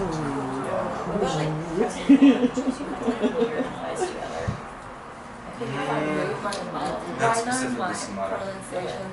Think about Samana. Samana is really similar to like, you know, in those yoga poses where you're compressing your ab, like you feel your stomach getting crunched and squished physically. That's more Samana. Or if you're literally on your belly, like if you're doing like Dhanurasana or locust. Yeah, gorilla too. Okay, last one here. Dancer. My easy was one-legged hero. I think that's how you say it. Yeah. And then my advanced. Show me what it is. Oh, like I think we were. Yeah. Yeah, and then dancers my intermediate, and then activated. Okay, I'm gonna change that up for you. Okay. Okay. I think you should do tree for your beginner. Okay. I think dancer should be your intermediate, and I think cosmic dancer should be your advanced. So remember how Scott had the strap? Yeah. That's what you do with dancer. Okay, I had that as a variation instead, Okay, not let like. that be your advanced. Okay. Okay. So is that gonna change everything else? Like not I don't shouldn't, know. right? We'll see. Okay, so I wrote what needs to be open. Show me the benefits. Okay. Full body strength, flexibility, coordination, concentration, and balance. Yes. Anything else, you guys? Hip opening, back bend, shoulder. What does back bending give you? What do back bends give you? When you do a back bend, what do you feel like afterwards? Do you feel tired? No, energetic. Oh, okay. Dancer is also a celebration of life. So it should be, it lightens the energy in the body overall. It enlightens the energy, I would say. Isn't it opening your shoulder too, or is it your Yes. collarbone? Is it the shoulder? Absolutely, yeah. Yeah. Big shoulder opener. And then for,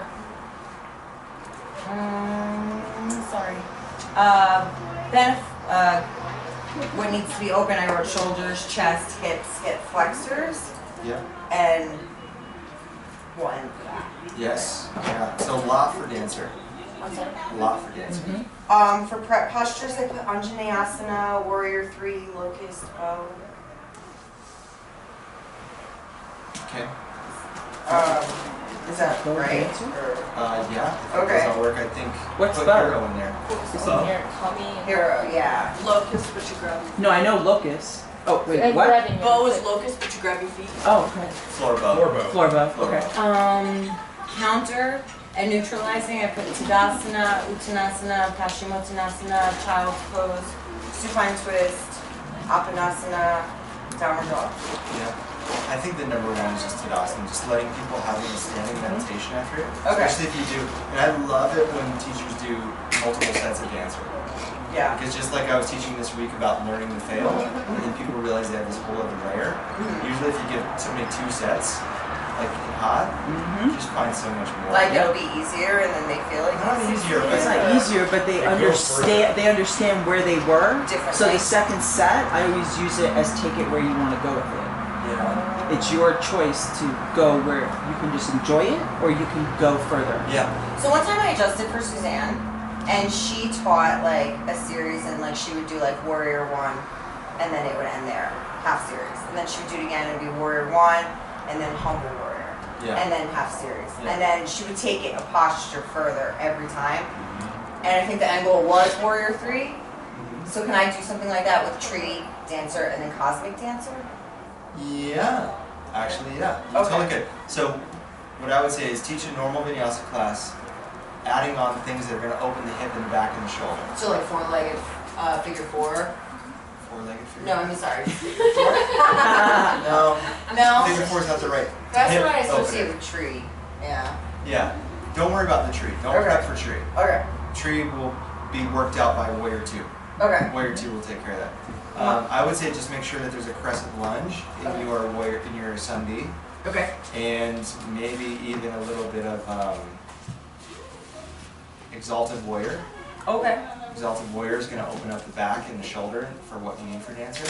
Okay. And then if you did a runner's lunge with grabbing the back foot, the King Arthur adjustment. Do you know what I'm talking about? So right here, and then you can either reach back with one hand So quad stretch? or both. Yeah, quad stretch or both. Okay. Crescent lunge, exalted. And the cosmic dancer And, would be the and what I would say is if you taught it all in one class, you would teach it in the balancing series. You do tree, 3 to 5 breaths, pause, then you do, what did we say the next one was? Dancer. Dancer, and then cosmic dancer. But all 3 back to back. You could get away with that. Only with those balancing poses. Because remember, you're doing right and left. So you're not over fatiguing one side as you combine poses. But I would say it'd also be really good to do, I wouldn't necessarily do tree in the same class. I would do a dancer, and maybe something deeper in the hips, and then come back to cosmic dancer. Or do those 2 back to back. You could do either. Could I do dancer and then that quad stretch and then cosmic dancer? But then you go up and down. But then you have to come, you have to do dancer and Go just down. make it, however you make the movements and the sequences and the postures in between, you just have to be really mindful about it. Let me show you the dancer adjustment. I want to show you guys real quick. Okay. Come here. That's what you got to adjustments. Alright. So arms up overhead. Right elbow, right hip. Reach for the inside of the foot.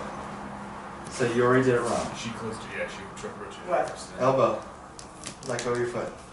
Rotate, rotate, rotate. There you go. Now reach for the inside of the foot. So what you'll see is people will either let go again, grab hold, grab the foot. People will either go here. This is acceptable. This is less than optimal. Okay? You will also see what she did first too, which is reach for this way. Okay? This is going to put a force on the shoulder you do not want. Well, Okay? she's landed in motion too, she can't go very far back. What's the correct way again? Okay, yeah, So the correct way is Inside elbow. eye of the elbow facing out. Reach for the inside of the foot. If they can't get that, then they're going to reach for the outside of the foot right there. Okay? And that's why we come to Never the do you hip. want them to be cupping the inside of the foot with the elbow turned in. Okay? And that's why you come So like this? So like that. That's so weird. So knees together, lengthen up, and then kick back. Okay. If you have closed shoulder, you're limited in your motion too, so much of your knee. Push my hand. Yeah. And then now she can go as far as she wants to. Push into me though. Yeah. But if you weren't there, I couldn't do this.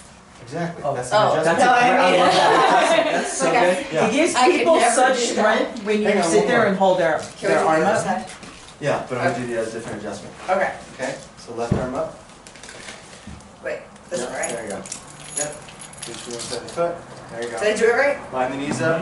Lengthen here. Janine's gotta leave early. I'll say bye. Bye, Janine. Bye. I'll see you Janine, tomorrow. give us a word. Give us a word. What's the word of the day? Happy. Happy. That's a great word. Okay, as she kicks back, I'm going to be on this side of the body. Okay? So first of all, I'm out of her peripheral, so I'm not messing around throwing her off. Then I'm going to grab the foot, put my hand on the low back, or here, depending on when I grab the foot, what feels more stable. Okay? By the way, I'm using very light pressure. I'll start to pull a little bit and see how she reacts. There we go. I may come here. And you're just going to stabilize. I'm actually letting her guide my touch.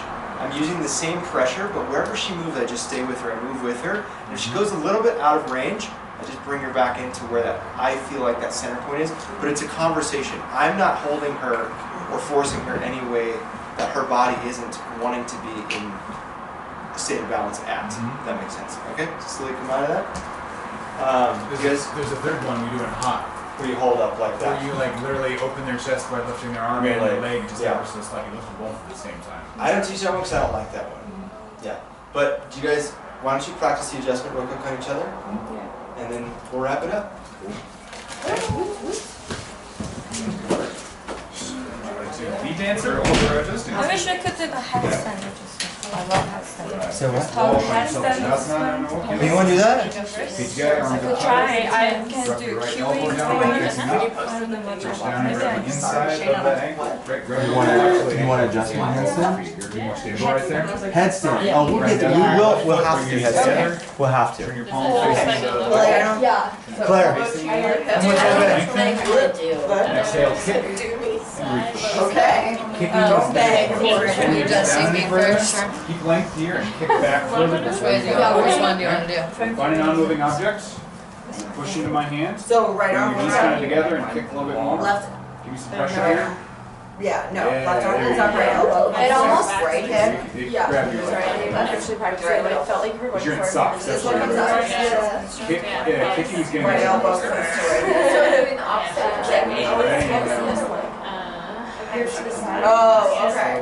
Alright, so left elbow goes to Look at the other one. left. Kick your socks So off. grab the inside of your I'm foot. going to show you the other one. Like lift at the same time. Level the knees. Because when you do that, you keep coming really low. Now you gently start to kick into your While you're up and high. foot So as keep you the other side. kick into your hand So as you feet start together. to pull your Inhale, arms foot. up high. Hinge from the hips forward. So left My hand spine down. bend in or throw back. Bring your knees together. Bring down to your right foot.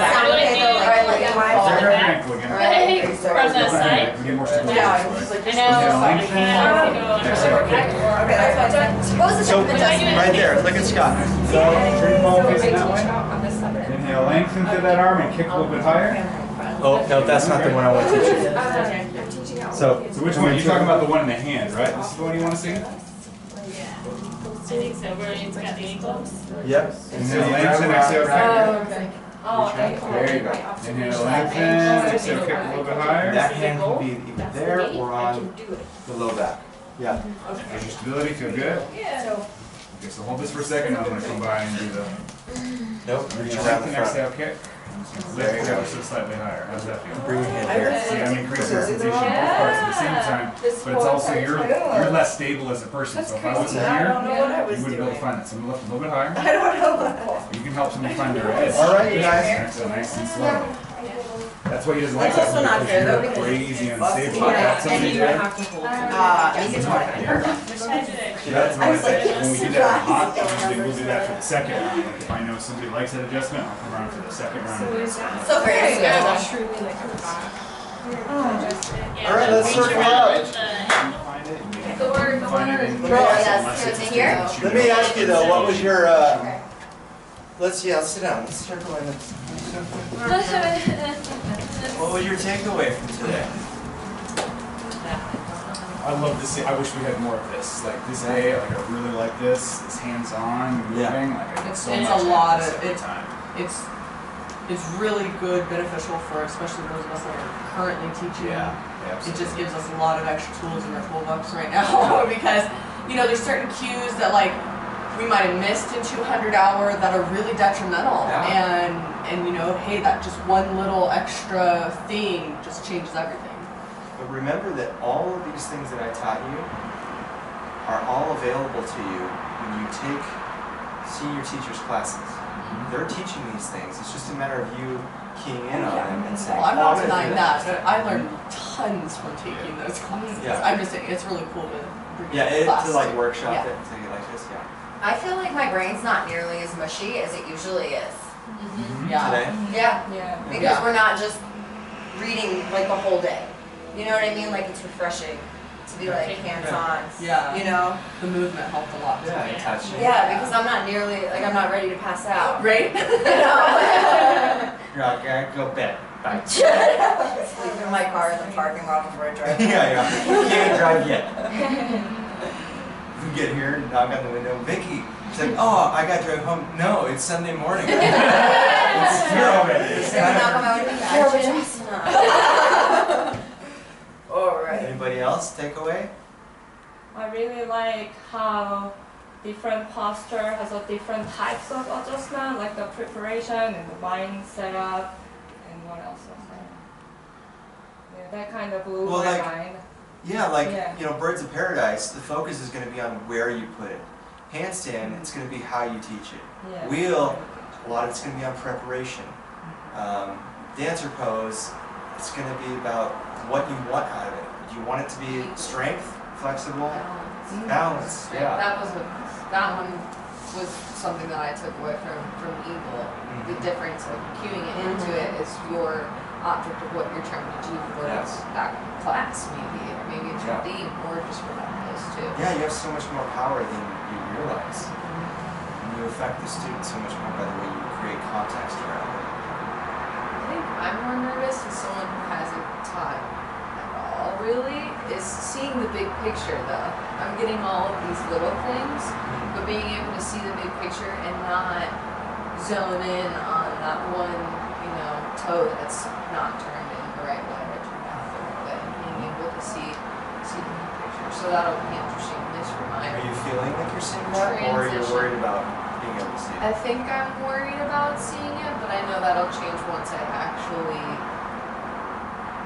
go from one to the next. Right now, it's just all of the little pieces. So putting it all into a room with all the different people, with all the different energy. It's like, oh wait a minute, how do I sequence before? And, as a teacher, you will get what's called anchor students.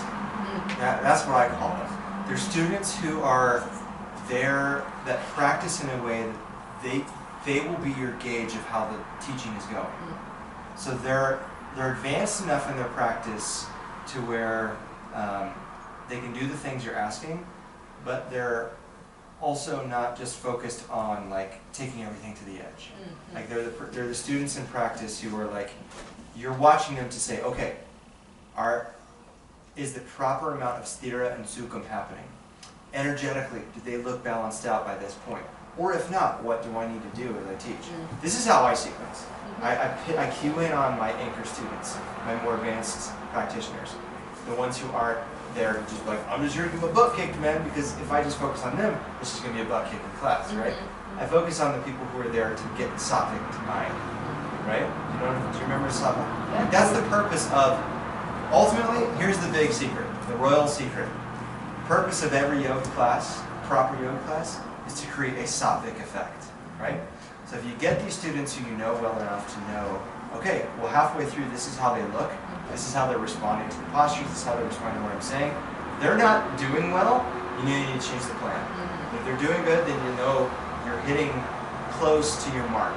Even if your beginners are like, they still walk out, they're like, I'm the hot mess. You're like, well, because you're a beginner, you're not going to get to a sattvic state, right? And then your ass kickers are like, I'm a good ass kicker, right? But I'm pretty chill right now. This is not what I want. I want to be pissed off. I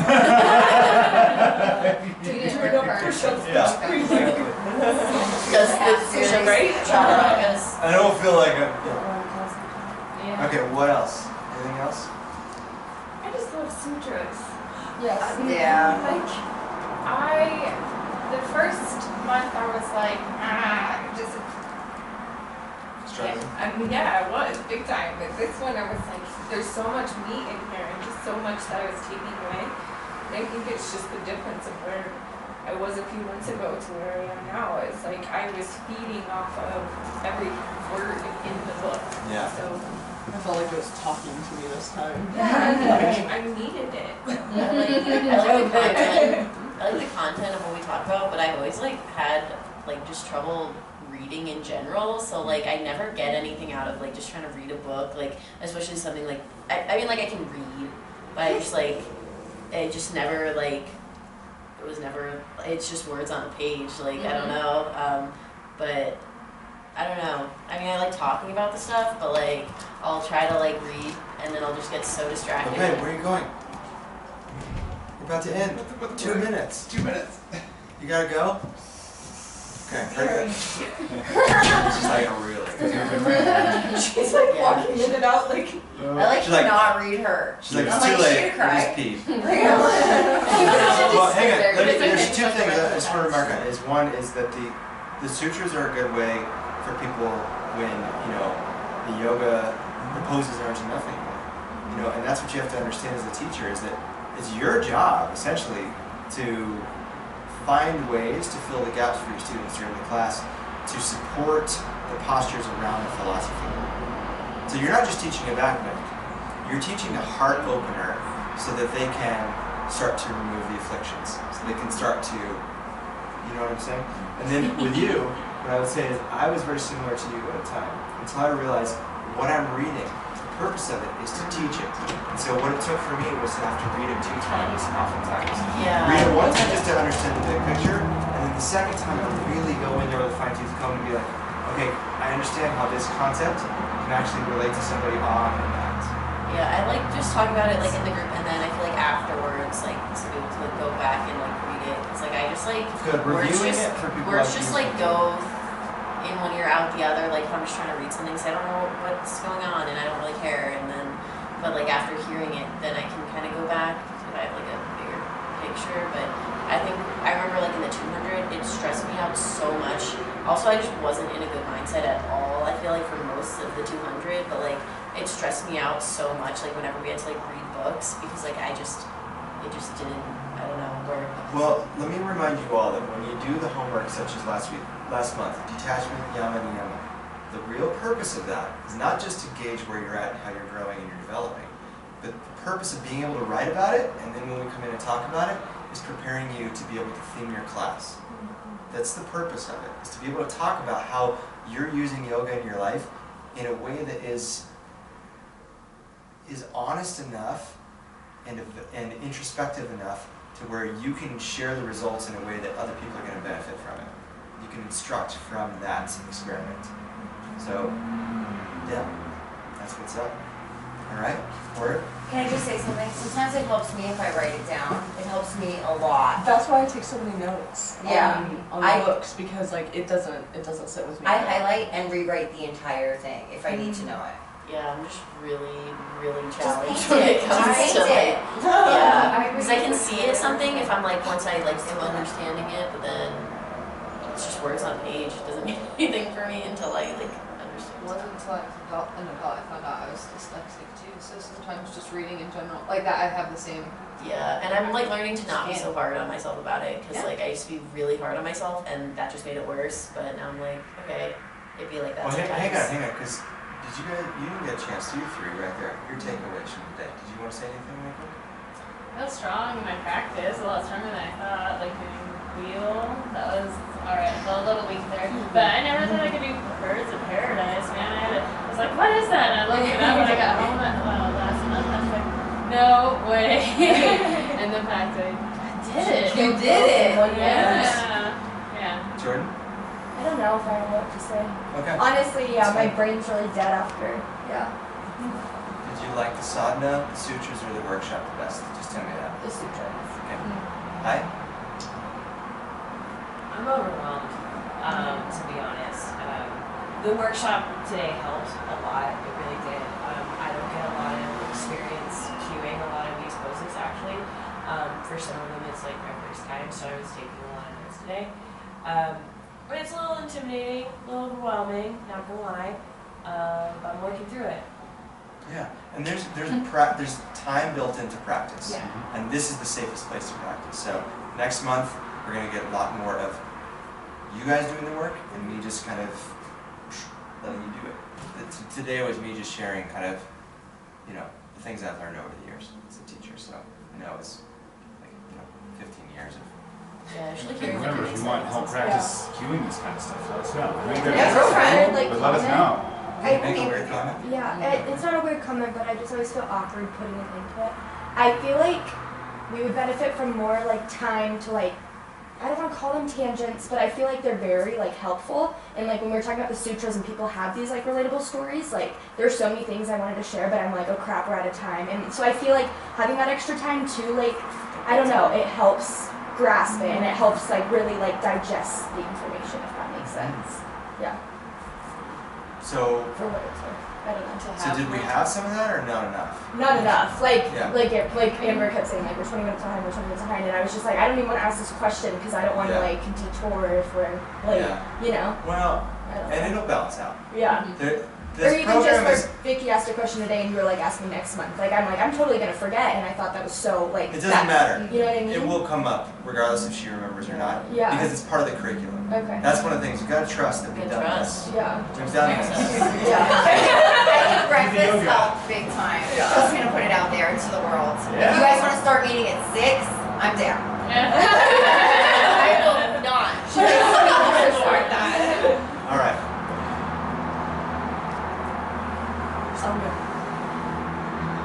Sunshine. Waffles.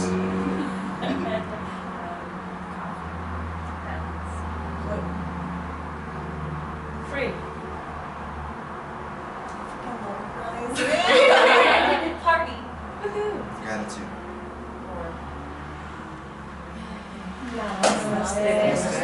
Thank you guys. Great job today. So tomorrow we're gonna bring griddles instead of waffle irons, so we'll be done like that. I'm going to can you text me? I Yeah. think Because I I was with the dog and the accident, She got a walk. didn't take a picture, but send me a picture, send me a reminder, and I will send you a picture and let me know if it's Okay, if not, let's just go. If not, I will. Waffles just take too long to cook. Bye. Yeah, those are like I don't want to eat up any more of our time. Okay. the snow. Yeah, I'm still gonna get you your dried bananas. I was sleeping or something. I think I told you last one about like this he moved out and you know where he's moved to? He went to Philadelphia. No, didn't you say it's not? You can put it in If you ever want to do that, just let us know. And what I did over and over again Instead of actually practicing, that's a big thing. at that other point and literally holding on to it. And I kept picking up. Anytime you want. Anytime you want. Yeah. Jordan knows where I live. And then eventually I pushed